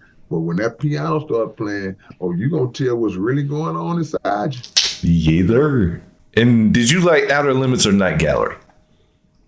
I never watched either one though. You know, I tried to watch Outer Limits. I couldn't get into it. I never watched Night Gallery, but I'm more Twilight Zone, and occasionally, I mess with Alfred Hitchcock. Hitchcock, all right. But I never got into Outer Limits and the Night Gallery like that. What song do you regret making the most? Man, it's a few of them. Like where do we begin? You got Cartoon Orgy. You got one of my favorites. Yeah, a lot of people's favorites.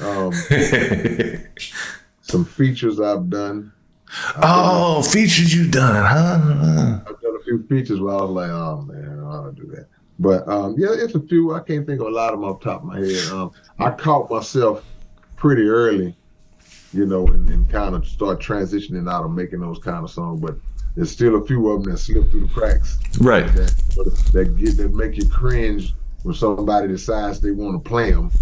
You're like, hey man, I got a million songs now. You do not have to play that. You play something else, But it's a part of, just who I was and where I was at the time, and just sometimes your creativity, it's like anything. You can use it the right way, you use it the wrong way. So with the features and everything, is it like, he gonna have to come with some more money, or that's where I draw the line. I can't do it. Well, now, I'll turn a feature down if the concept is not something that I agree with or that I'm comfortable talking about, I'll just turn it down, or I'll just tell them, well, man, you know, if you got another song, put me on that one, you know. But I'm not gonna be on the song, you know, talking about, you know, hoes dropping it low. Yeah. You know, and let me throw some dough to the hoes dropping low. You still get that? Every blue moon. Every blue moon. Okay. As recently as a year or two ago, a guy hit me up and asked me to be on a song, and he was, you know, they don't really be knowing, you know, like they know you, but they don't know you. So he was basically like, man, we gonna be talking about how these hoes be there. And I was like, nah. I say, bro, I can't be on that song, bro. Yeah. I say, if you got something else, put me on a different concept. And then he said, you know, to his credit, he said, oh man, my bad. He said, I'll tell you what, man, I'll send you a beat and you come up with it, and then I'll just follow your lead on, you know. So that's how we ended up doing it. You know, he wasn't tripping or nothing, but you know, sometimes you just got. That's what you shouldn't. I mean, you came to me. Hey, I can't do this. And I respect that, because if I wanted to work with artists and I said, well, man, I got this song, man, we're gonna be talking about the government and how they do this and how they treat me, he might say, man, I don't really get that deep into it like that, bro. I don't go into politics. And if you got anything else a little more less threatening, and I'll say, okay, okay, cool, my bad. Let me send you one where we just having some fun and just spitting some lyrics. So, you know, I respect that, you know, because everybody don't walk that line. Everybody don't dance like that, you know. I warn certain rappers, like, dude, you sure you want to do a song with me? Because I'm starting to believe more and more every day that I'm shadow banned and dude, you ain't the only one. My conspiracy theory is starting to get bigger and bigger. Yes. You know, there's certain things I see and I'm like, well, man, this not making no sense, man. I'm talking about the same things that a lot of these other cats are talking about. And, you know, my views be like that. You know, so I don't know if they feeling, okay, the way this guy's saying it might resonate a little better. Let's minimize his reach. But I understand, you know, so I tell people, man, you don't want to get cast out for being associated with me. Right. So check this out, Kay. You're a YouTuber, I'm a YouTuber. I've asked YouTube help before, hey, my shadow banned. They'll actually look and tell you straight up yes or no. So if you wanted to see if you are, which I don't think you are, I just think it's, I don't know what it is. Yeah. Well, you know what? I will say this too, though. I also, but one of the people that believe that, you know, you got to take accountability for your own grind too. So a lot of times we have to look at what it is we can be doing better to build up our exposure and get our thing popping a little bit better. It's not always the system and the powers that be. You know, sometimes you gotta pick your hustle up and pick your promotion and marketing up. So I factor all that in, but it don't change my certain stuff. I still be like, something ain't right. Even if I could be wrong, but I'll be like, something ain't right. Just ain't right, darn it. Yeah, but I mean, you know, but I just. You keep working, you know, you don't whine about it. You got to keep on. That's it.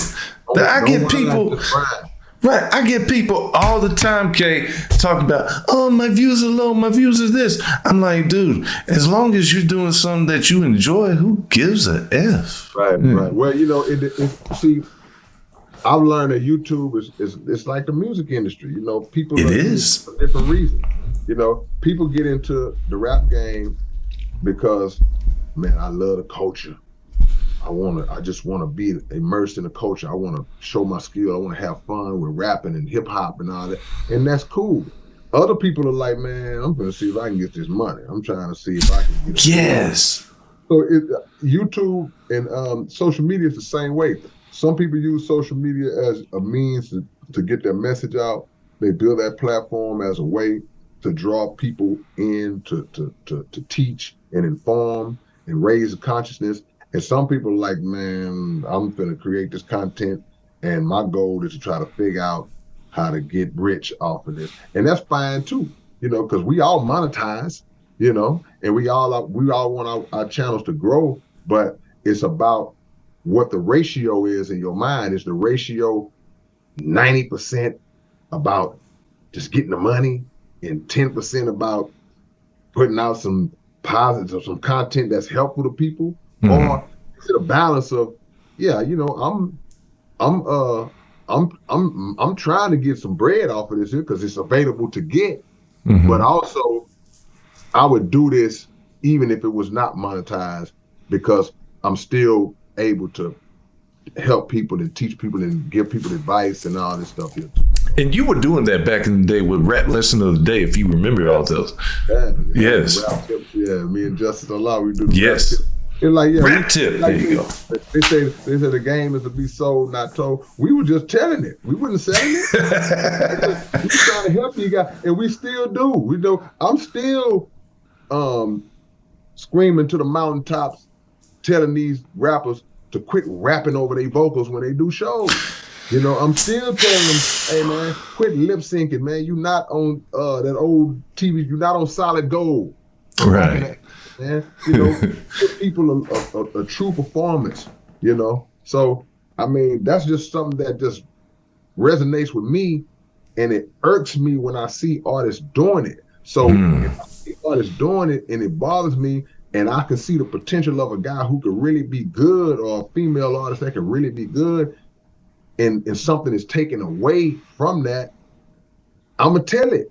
You know, some receive it, some don't. I done put a lot of rappers to the side and say, man, you know, and I respectfully, hey, man, can I give you some respectful, constructive criticism? Oh, yeah, show OG, yeah. Well. And I tell them, you know, because you do a show or you attend the show. I've attended a lot of shows. I've hosted showcases, all this different stuff. And you have 15 groups, 15 artists performing, and you have one or two artists that just stand out. They head and shoulders above everybody else. And sometimes the only difference is that they are rapping over a pure instrumental with no vocals embedded in it. And it just sounds so much better.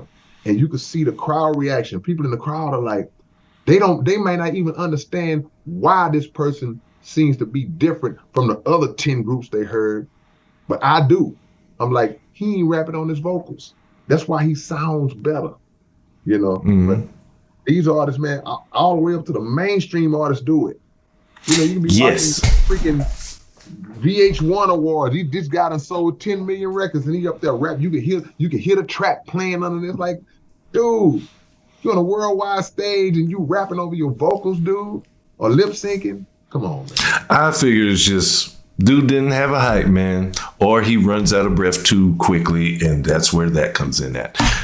I practice, right? But hey, you know, that's what I came to it. I respect you even if you run out of breath. Oh, because I respect the effort. I respect the fact that you respect the game enough to say, hey, man, I might get tired. I might be up here sweating, but I'm gonna give you a live performance. I'm performing live.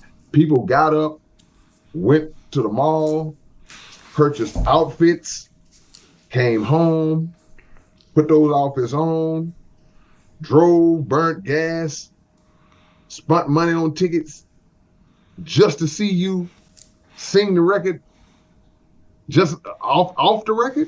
No. I want to hear how you get down. I want to hear when that beat stop. I want to hear if you can spit that verse, that fast rap like you did on the record. I want to see if you can do that in real life. You know, that's what's gonna make people say, "Oh, that dude, he the real deal."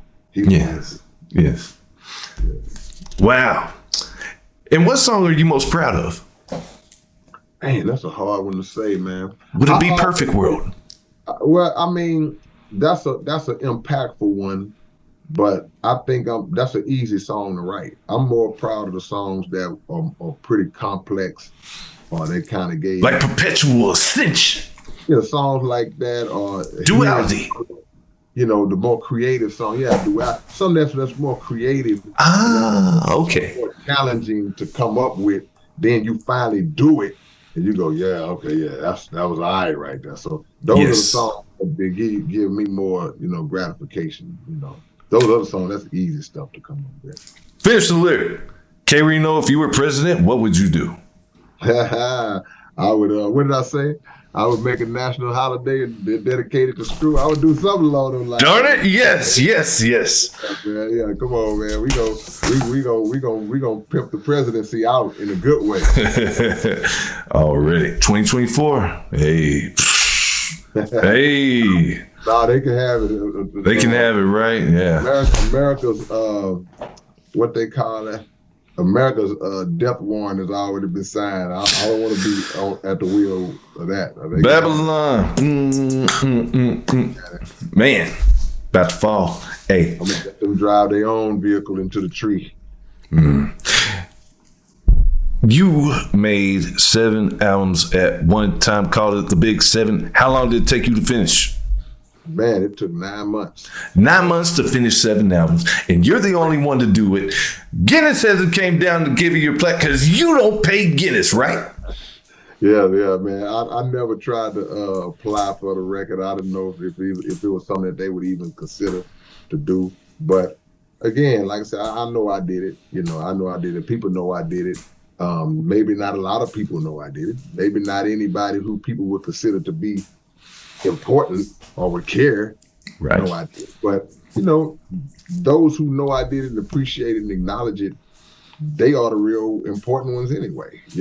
So I know that we did something that was unprecedented. Because I know that the material was created on the spot for that project. It wasn't nothing old, wasn't nothing remixed or remade. So 71 days. Ooh. Do you ever think about this a lot? I don't know. I think about it a lot. Death, right? So when K-Rino, the physical part of you, no more, you think maybe you're just going to get the flowers you so deserve? Because I think that you're like the greatest pretty much ever. And it's like, not everyone's going to think how I think, but it's like, I think you deserve your due. And it's like, Well, my thing is that, to me, that's always a shameful thing, for people to do. I've seen that happen to so many artists, even just right here locally. I remember when we lost Big Mello, and they played his music all day long, but they never played his music when he was here, on the mainstream radio. So it makes you mad.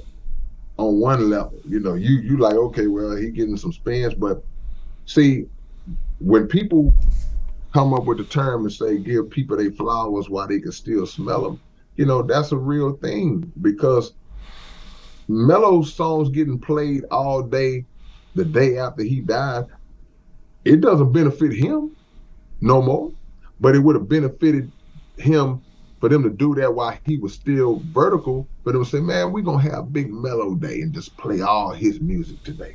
When he can hear it and enjoy it and benefit from it, if he got his publishing and all this different stuff. So, that's why we maximize life to the fullest, because the one thing about when a person transitions and passes from this life, those of us who are still here, we have seen and witnessed this through experience.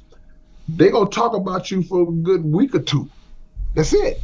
You get about 2 weeks of, oh my gosh, and oh man, oh, he was so this, and oh, she was so. You get about 2 weeks of that, depending on your status. If it's Michael Jackson, they might talk about you for a good month. Who knows, But after that, we on to the next. So the onus is on us to max out our physical existence as long as we can, because you can't depend on people to come along, because it's human nature. You almost can't get mad. You really can't get mad, because it's just human nature for people to reflect in that moment when somebody passes. They're gonna reflect like, oh man, you hear about people passing that you knew back then, but you still haven't seen them in forever, but you still reflect like, man, because you start remembering whatever moments you had with him. See, it's like you got that BigTyme shirt on, like with Russ. You know what I'm saying? It's like, damn, you know, I think back to the early days, you know, when I first met Russ, you do a total recall of all your experiences with that person. But the reality is, my homie, Big D, the Undertaker, Icy Hot's older brother, he did a song here, Big D and Icy Hot. They had an album. They sure did. I know what you're talking about. Mm-hmm. And the Big D, he used to have this song, and on the hook, it was called The World's Gonna Turn Without You. Man. And just that line, I say it all the time, you know, when we talk about stuff like that, because human nature and the adjustment, the adaptability of the human being to adapt to whatever crisis we're in. People lose their mothers, people lose their wives, husbands, whatever. And for the most part, you got a few people that go off their rocker, but for the most part, we pick up the pieces and we move on.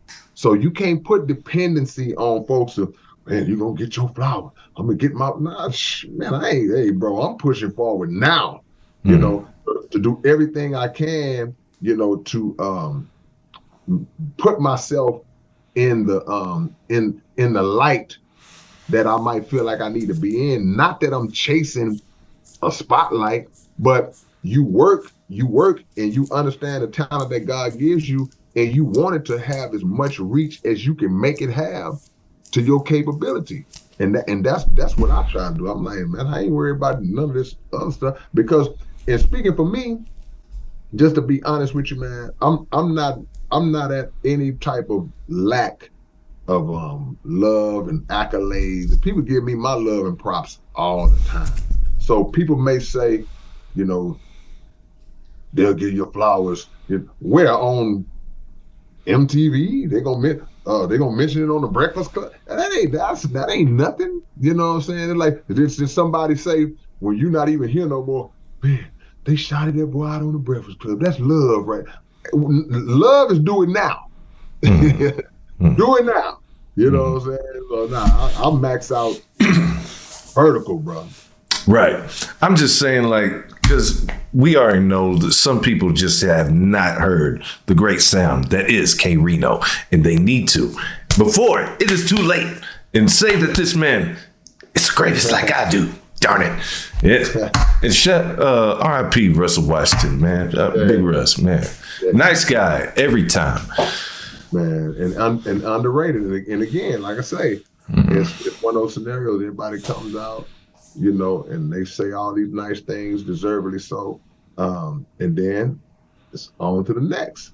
Because, you know, you probably are not familiar with this guy, but, you know, right after Russ, just about a week ago, we lost South Park OG named Stu Baby. You know what I'm saying? And Stu Baby was, he wasn't a rapper. He was a dancer back in the day. Oh. And he, along with his partner, a homie Joe, they, back in the early 90s, they were the first people to come from our city, our neighborhood, that went on Showtime at the Apollo and won amateur night like 3 or 4 times straight. You know what I'm saying? Might have been more than that. I want to say Murder told me this story. No, Murder, he probably did. Yeah. These guys, you got to understand. Stupid, yes. Showtime at the Apollo, you know how what the format was. And if you were from New York, they was booing you on the introduction. I'll sweep you off. Man was coming. Yeah. But these guys came out, man. They announced they was from Houston, Texas. You know, everybody's skeptical. They came right on the stage and turned it out, man. Turned New York out. And Stu Baby and Joe. And at that time, man, they were the hottest thing smoking in the hood. And Stu Baby just got killed last week. So right after Russ, now you got Stu Baby. So it's like, it's on to the next. You know, so now everybody comes and they mention, and oh man, I remember Stu, man, and you know. But, you know, and same with Russ, man. Russ doesn't get the credit he deserves because, see, when you a low-key guy, but you've done a lot of great things, you don't get a lot of credit for the great things you've done because you're not rah-rah type of dude who always beating his own chest. Russell was in the background, but you can never say, well, there would be no UGK without Russell, because maybe they went another route and got on. But all we know is that this man is responsible for bringing the world UGK. Yes. You know, you love UGK, that's beautiful. We all do. But the source and the vehicle by which UGK rode in was through Russell Washington. You know, Point Blank, PSK 13, 20 to Life, all these great artists that came out on that BigTyme record label, that's Russell. That's Russell. And before that, when we was just starting, you know, when we were doing COD, me and Dope had COD. He was probably the first record store, or one of the first record stores, because BigTyme Records wasn't a label at first; it was a record shop. He was the first record shop to put our music in the stores on consignment. You know, he would drop off 5 or 10. We sell them, he pay us, and he was one of the first ones that gave us that opportunity.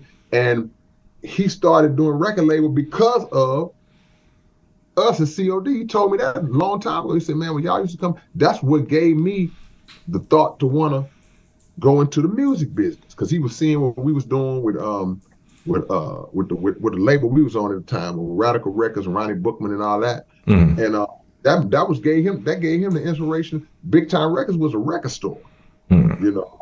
So Russ got a legacy, man, that's cemented, that nobody can take away. It's just that not enough people know about it. They don't know that deep history like that, man. Yeah. Shout out to Russ, man. Shout out. And he also put a few Screw albums out there. Yeah, same with Screw. Yeah. He was the one who put Screw in the record shop.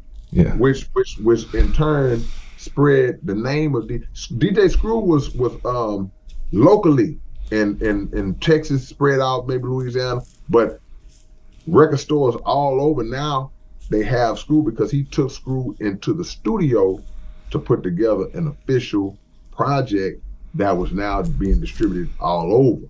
You know, so yes. At 3 a.m, that was a pivotal project. You know, all this is under the control of Russell Washington. He's the one, the initiator of all that. Gotta get to Russell, man. Yeah, no question, man. Mount Rushmore of your favorite people, it would probably be Rudy Ray Moore, KRS-One. And hold on. Oh, Farrakhan. But who would be the fourth would be? Well, I mean, let me see. Or do I need to rearrange it up? I don't need to speak for you. Let's make sure that, you know, the minister definitely. Okay. And I'm talking about people that I guess I would say that are just among us. Oh. Because it would be the minister, it would be the Honorable Elijah Muhammad. Oh, we're going. Okay. I thought I was just doing like favorite people type deal. I mean, those are favorite. Okay. But I mean, I would have to break my Mount Rushmore down into genres. Yes. Actually do that, you know what I'm saying? So we say, okay, comedians. Okay, it's gonna be Richard Pryor, Rudy Ray Moore, my younger brother Dave Chappelle. And, who would be the fourth one? Red Fox. No. I like Red, man. I like Red too. I'm not big on Red stand up. Okay, you said Richard Pryor, Rudy Ray Moore, your young brother Chappelle. Damn. Throw some names at me. Somebody else. Eddie Murphy. Charlie Murphy. Eddie Griffin. I'm gonna hit you with one that might surprise you. If I put up. What about Matt Bomber? There's another one. Hey. But I would probably say Rodney Dangerfield, man. Hey, he gets respect. Hey. Cracks me up. I mean, that dude cracks me up. So yeah. Okay. Then if you talk about singers, you know, that's easy. You know, that's gonna be Prince, Stevie, Sam Cooke, and Mike. That's Nice. it. You know, Yes. if you talk about basketball players, you got Akeem, Jordan, Magic, and who would be my fourth? Julius? I love Doc, but he probably wouldn't be my fourth. Akeem, Jordan, Magic, and I may throw Bird on there, man. You know, Bird? just, you know, Bird is.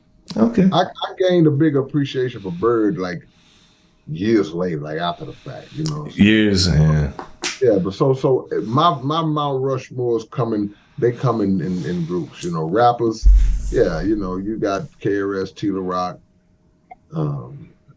Kane, Yes. Rakim, you know, it's all, and that may change. It those change. They flip flop, man. Man, Kane tore it up on him and KRS. That verse. Oh, they did the verses. Yeah. That was interesting. You know, they kind of did it their own way. Those styles though, and then it's like Kane. I was like, man, okay, come on then, Kane. Shit. You know what they say? You know what they say in the fight game? They say styles make fights. Yes. So those two always did it differently in the same time frame. They were in the same era, the same exact time, but they were great in their own way. You know, so that's what made it live. So when that verse happened, you know, a lot of people in our age demographic, it just took us back to the late 80s, you know, the early 90s, like, man, this gonna be epic. That was the closest thing, I guess, to a actual Kane KRS One like battle, head-to-head battle. That was the closest thing we was gonna get, you know, and you know, they did. I was like just listening to it like man, this like, I can't believe this is even happening, you know. Right. Was there supposed to be a Houston versus somewhere down the line?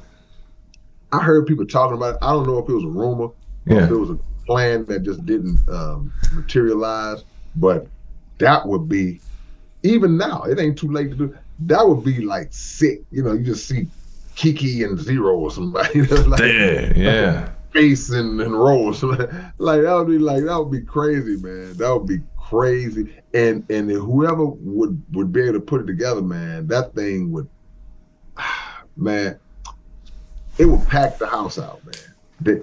I think they would have to do something like, you couldn't do that at like a place that holds 400 or 500 people, man. They would have to do that at like the Arena Theater or something. Place had to hold 3,000, 4,000, 5,000 people, man. Because that would be sick. That would be sick. Very sick. Could you tell me, I know we're getting late, Kay, but could you tell me, what was it like on your first music video with Willie D? Man, it was a learning experience because I had never been in a video ever. Not one time in my life that I had never been on a video set ever in my life, you know. And we traveled, we went out of state to do it, went to Baltimore, Maryland to shoot the video. And I just watched how he moved. I watched how Willie D conducted his business. I watched how he basically was in control of the process. You know, he let the director direct, he let the director do his thing, but he had the final word. You know, I also remember how the times have changed compared to now, because back then it was these big, like 18-wheeler trailers full of equipment. Okay. Yeah, just full of it. And so if you the first location, they unload all that stuff, set it up, put it together, shoot all kind of stuff that you even look at now, like that stuff wasn't even necessary. You didn't need all that stuff. So the next scene might be 2 blocks from here at another house. Pack it all up, go to the next scene, unload it again, set it back up, you know. So that's what would take all that time and all that. Nowadays, man, dudes shoot a video on his iPhone with a stabilizer. Yes. You know? So it's like, it's just all that equipment. And we shot 2 videos during that time frame. You know, we shot the one with the song I was on, the Still a Nigga song. And the Cleanup Man, which was his single at the time. So you just saw how the script was laid out, the concept was laid out, all that stuff it trained me for whenever it was time for me to actually do my own. You know, I knew, okay, this is what I got to do. I got to have this together. This is how they do that. You know, so I anytime I ever was around, even to this day, when I'm around Willie D, it's almost like I'm in a classroom because I don't even think he be trying. He just be doing stuff that I just look at like, okay, I just be learning. You know. Were you around Willie when he beat up Melly Mel? I wasn't there. You weren't there, okay. I remember I remember the word got back to Houston. Okay. That happened, you know. Yes. It's like, because I didn't know what the context was. They're like, Willie D knocked out Melly Mel. I'm like, Melly Mel, like, what happened? They got it. But then I found out later that it was like just I guess a charity or celebrity boxing thing. Yes, yes. But, you know, everybody knew, you know, Willie boxed. Everybody knew Willie had hands, you know. So, but, you know, but Melly Mel's always been a big cut-up dude. Right, yeah. Maybe I would have heard the word beforehand that they was going to box before it happened. I might have been like, oh, no. Well, but, you know, years later, the clip is out. It's on YouTube. It is.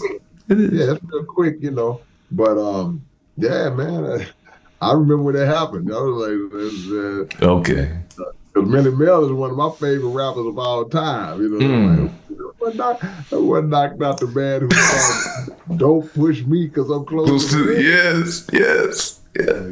Straight up, man. Also, since you were in that video and everything, this isn't you, is it? Wow, you know. Look, to this day, I get heat behind that too. Matter of fact, it was as recent as last week. Oh. I was getting teased about that by one of my homies in the gym last week because it was like, why was you doing that? Why was you all animated? And I said, that's what they told me to do. Yes. It's my first video. And Will was like, he was like, man, I want you to be like a wild man, just going in and out of the, and you know, and that ain't my thing. You know, I'm laid back. I'm more just, you know, head bob. But I'm like, okay, man, you know, that's what the scene calls for. You know, let's get it on. You know, let's go on and own it. So, like I say, but people still to this day, but they crack up when they watch me on that video doing that, you know? Yes. And the people there, they try to put makeup on you to block out the shine. Yes. Yeah, that was on the Cleanup Man video. We was sitting, it was a pool table scene. And I was sitting in. You weren't rocking the bald head, were you? You had a little. I had a hairline back then. Yeah. Okay. My line was hidden by right here back in the. Right. Days. Mine was like right there. Yeah. No. I was good. Like right now, y'all can't see it, but I have a bone. This little shine. Right where you see that little shine at? That's an actual like a bone that protrudes in my skull. I never knew that this existed until because the hairline. And I just remember one day I was like, "What is this?" Yeah, it's not a whole time. Whole time. When the hair left, the bone was like, "Hey, how you doing?" Yeah, right. Yeah. They I was rocking the bald fade back in the days, man, and the lady just walked up to me. You know, no warning. I'm just sitting there. She just walked up and starts. I'm like, hey, like, what are you doing? This ain't that kind of crowd, lady. Hey, go. Makeup on, you know, like makeup. I don't wear no makeup. And the way the light's gonna hit, and she started breaking down the science and stuff of it. So we like met in the middle because I was like, look, nah, don't cake it on my face. Don't cake it. It's just gonna be just enough to touch. You know? I'm like, all right, cool, all right. So yeah, we just dealt with it like that, you know. Yeah. All this was new. My first and only time ever putting on makeup in life. Right. Getting to the end of it, Reno. Were you ever a fan of Paul Bosch wrestling? Oh yeah, man. We grew up on Paul Bosch, man. Paul Bosch with the big ears, man. You know. Yes. we grew up on that, man. We had wrestling was real. It was real simple then. It didn't have all the wasn't it? Explosions and the music and all. It would just announce the guy. They come out. Did you ever go to a show? I never went, man. There used to be a place called the Sam Houston Coliseum. Yep. And that's where all the wrestling matches used to take place down here in Houston at the Sam Houston Coliseum. But I never made it to one of the Murder used to go all the time. Oh, Murder? Yeah. Murder and Thug probably, right? Well, no, he probably know Thug back then. Okay. But him and his grandfather used to take him back in the day. Because talking, this is early 80s. I didn't even know Murder back then. Dang, early 80s. I'm 10, 11 years old. You know, like say Junkyard Dog and Andre the Giant. Yeah. I was thinking mid to late. Okay. I mean, it extended this from when I started getting hip to it. It went up into that time frame. Yeah. Mm-hmm. All these guys, man. Tony Atlas, Hacksaw, Jim Duggan, Coco Beware, Tiger Conway Jr., Mil Moskers, all the wrestlers I grew up. Yes. Saying Wahoo McDaniels and so Wahoo McDaniel, he chop you. Woo! Oh man, him and Flair. Man, that's an all-time favorite, you know. But it was just a good time, and the creativity of it was so cool, and the rivalries, the way they set it up, you didn't even need all the flash. You didn't need all that back then. You know, I know once marketing and all that comes to play and endorsement, they're gonna ramp up the package and the presentation. But back then, man, we were just as enthusiastic and into it, I guess, as people are now, but without the extra stuff. Yeah, and I got on the K people because he had a bar saying most of you dudes faker than a wrestling move. I was like, you didn't have to say that. Hey, well, you know what? I think that I didn't say that line the way I should have said it. Well, hey. The moves are not fake. See, correct. Those wrestlers, man, the stuff that they do, that's some intricately detailed, skillful stuff that they do. The moves are not fake. Now, it's scripted, yes, of course. Yes, but yes. The actual, the dynamics of what they doing, jump off the rope and do a little flip, and that's amazing. Getting hit with chair. I don't care what you say.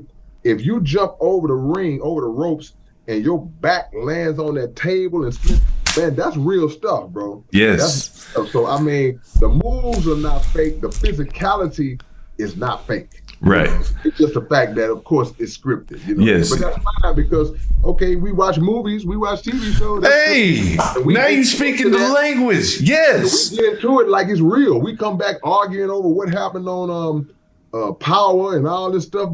It's like it's scripted. It's not real. Right. It's fake. Well, isn't that what a movie is? It's fake, but you went and paid it. You want to see what happens. Come on now. You immerse yourself into the storyline and you allow yourself to be consumed by it, you know, but you know how to separate the reality from that, you know, but we fans of it, you know, so. Yeah. And Jordan King told you, nah, you should have had that. Shout out to Jordan King. Yeah. But you gave it was so funny. I couldn't even argue with you on it. Do you remember what you said during that? What did I say? You said, well, Dean, how come when they throw them to the rope, they don't just stop? I was like, you got me, heard. I mean, man. Me and my homie Greek, we laugh about it all the time to this day, but we love it though. Yeah. I was just that, okay, if I grab your arm and I sling you to the rope, and when I sling you down, I drop down to my stomach, you keep running and jump over me, come back, I stand up, and then you allow me to clothesline. It's like we crack up every time we see that. But it's just unnecessary because number one, if you do throw me, I can make myself stop. I don't have to keep running and you know. So with the whole thing with that is your force made me go all the way back in those ropes. Whoa, and here I go running back, trying not to fall.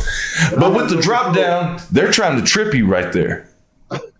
That's what it means. They're trying to trip you. Yes. I've seen people drop down and the dude jump over and keep running. Yes. Bounce off the ropes and come back. Yes. And then crisscross. But it's hilarious to me. I ain't gonna lie. I love to see it. Me and Greek, we just fall out every time we see it. But when you're young, we not thinking about it like that, you know. But it's no. But like I said, that's part of, you know, just the scripted part, just part of the entertainment side of it, you know. So we understand that. Wouldn't go like that.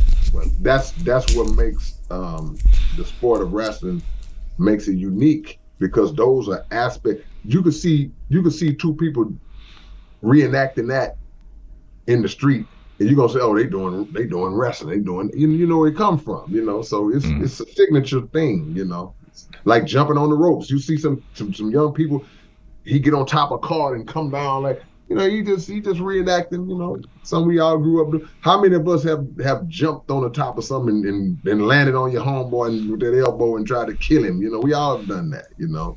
We used to power drive each other, bro. Back when we were Indeed. Yes.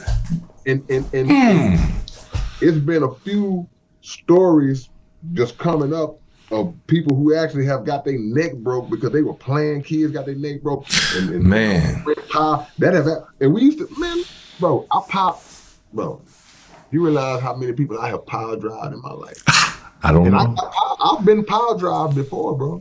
You know what I'm saying? I can say that I have actually, I know what it feels like to get power drive. Yes. Up and do like, come on, man. That's how we played back then. Man.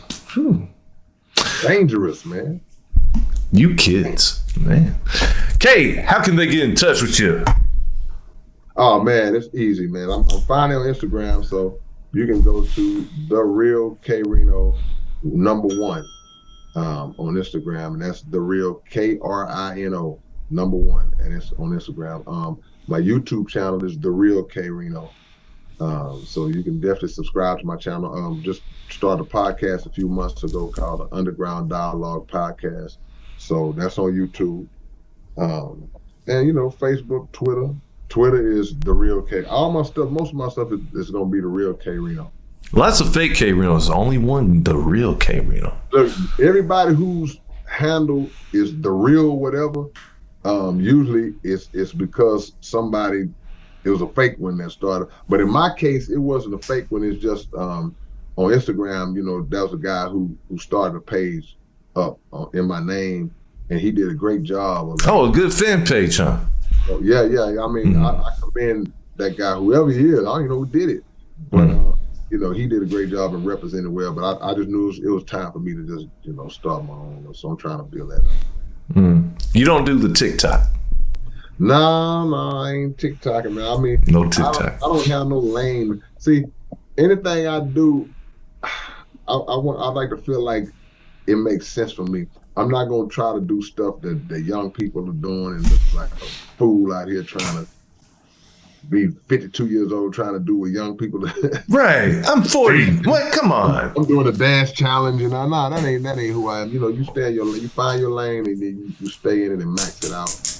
You know, and then you try to find an audience that'll gravitate towards that lane. So I'm still trying to figure that and master that, you know. Already. Kay, I appreciate you once again.